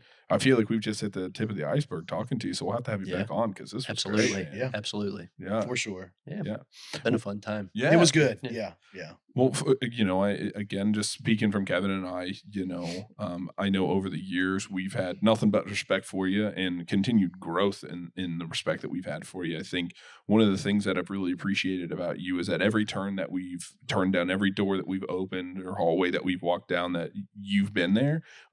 You've always exceeded our expectations of just being a Wow. really cool guy, Awesome. Appreciate being somebody who is super complimentary of us and somebody who we really feel like appreciates the things that we try to do different, and that Yeah. is something that we strive for all the time, is to just like be unexpectedly cool all the time. Yeah. And that's something that I know Kevin and I have talked previously about you being that way many times. And so anytime we've ever come out to Trinity, or anytime that we've ever done an event out there, just gone for workouts or whatever, just every conversation I've ever had with you, I've always left being like, man, he is always more than I could even hope for. So I really appreciate you, and I mean all of that, and I know Kevin feels the same way, and all of us do on staff. And so we just appreciate everything you've done for us, kind of supporting us, sending people our way, or whatever it's been, just talking positively of us, because your voice does carry a lot of weight.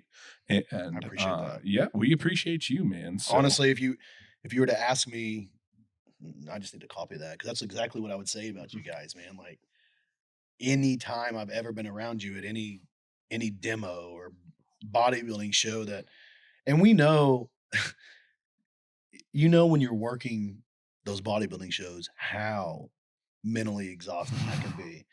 Every face looks the same. mhm, You know what I mean? But mhm. you guys make it a point to stay on track mentally and to engage with everybody. And then again, it's the same thing you were just saying about Yeah.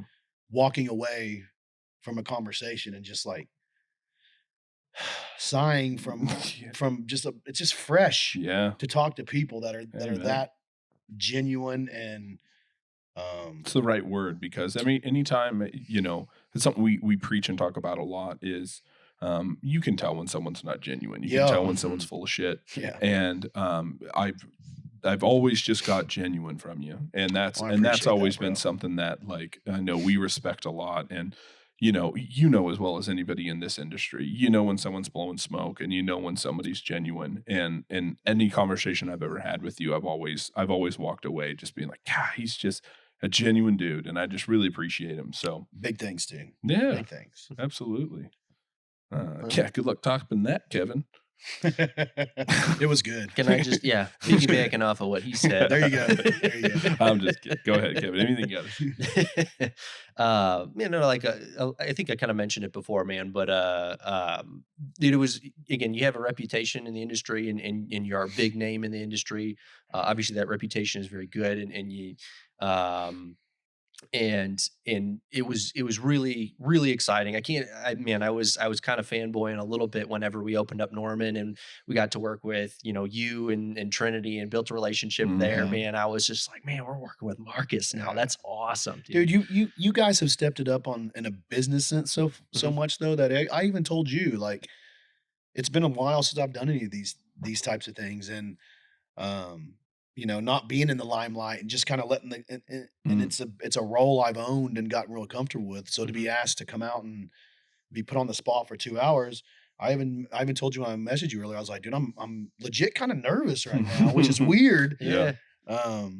But I think those nerves come from the fact that uh I just respect you guys on a business level Mhm. so much. And again, I've said this earlier, but the biggest thing for me is,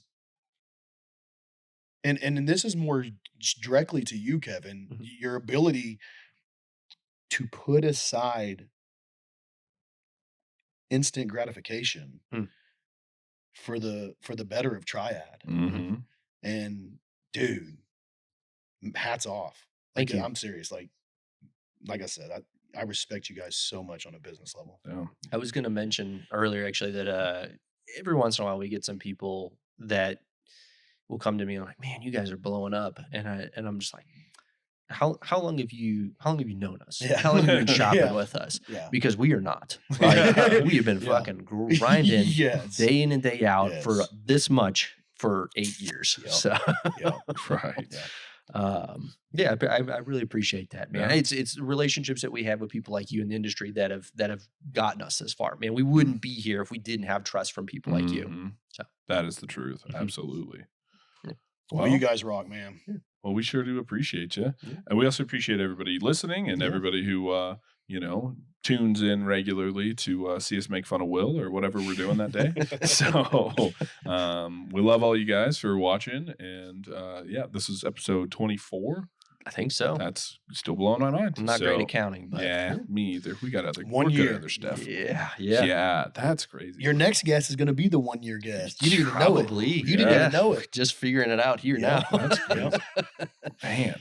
Yeah. Well, thanks again for joining us tonight, man. Absolutely, man. Dedicating the Anytime. time. Yep. Yeah. Appreciate everybody listening. Yeah. Appreciate you guys.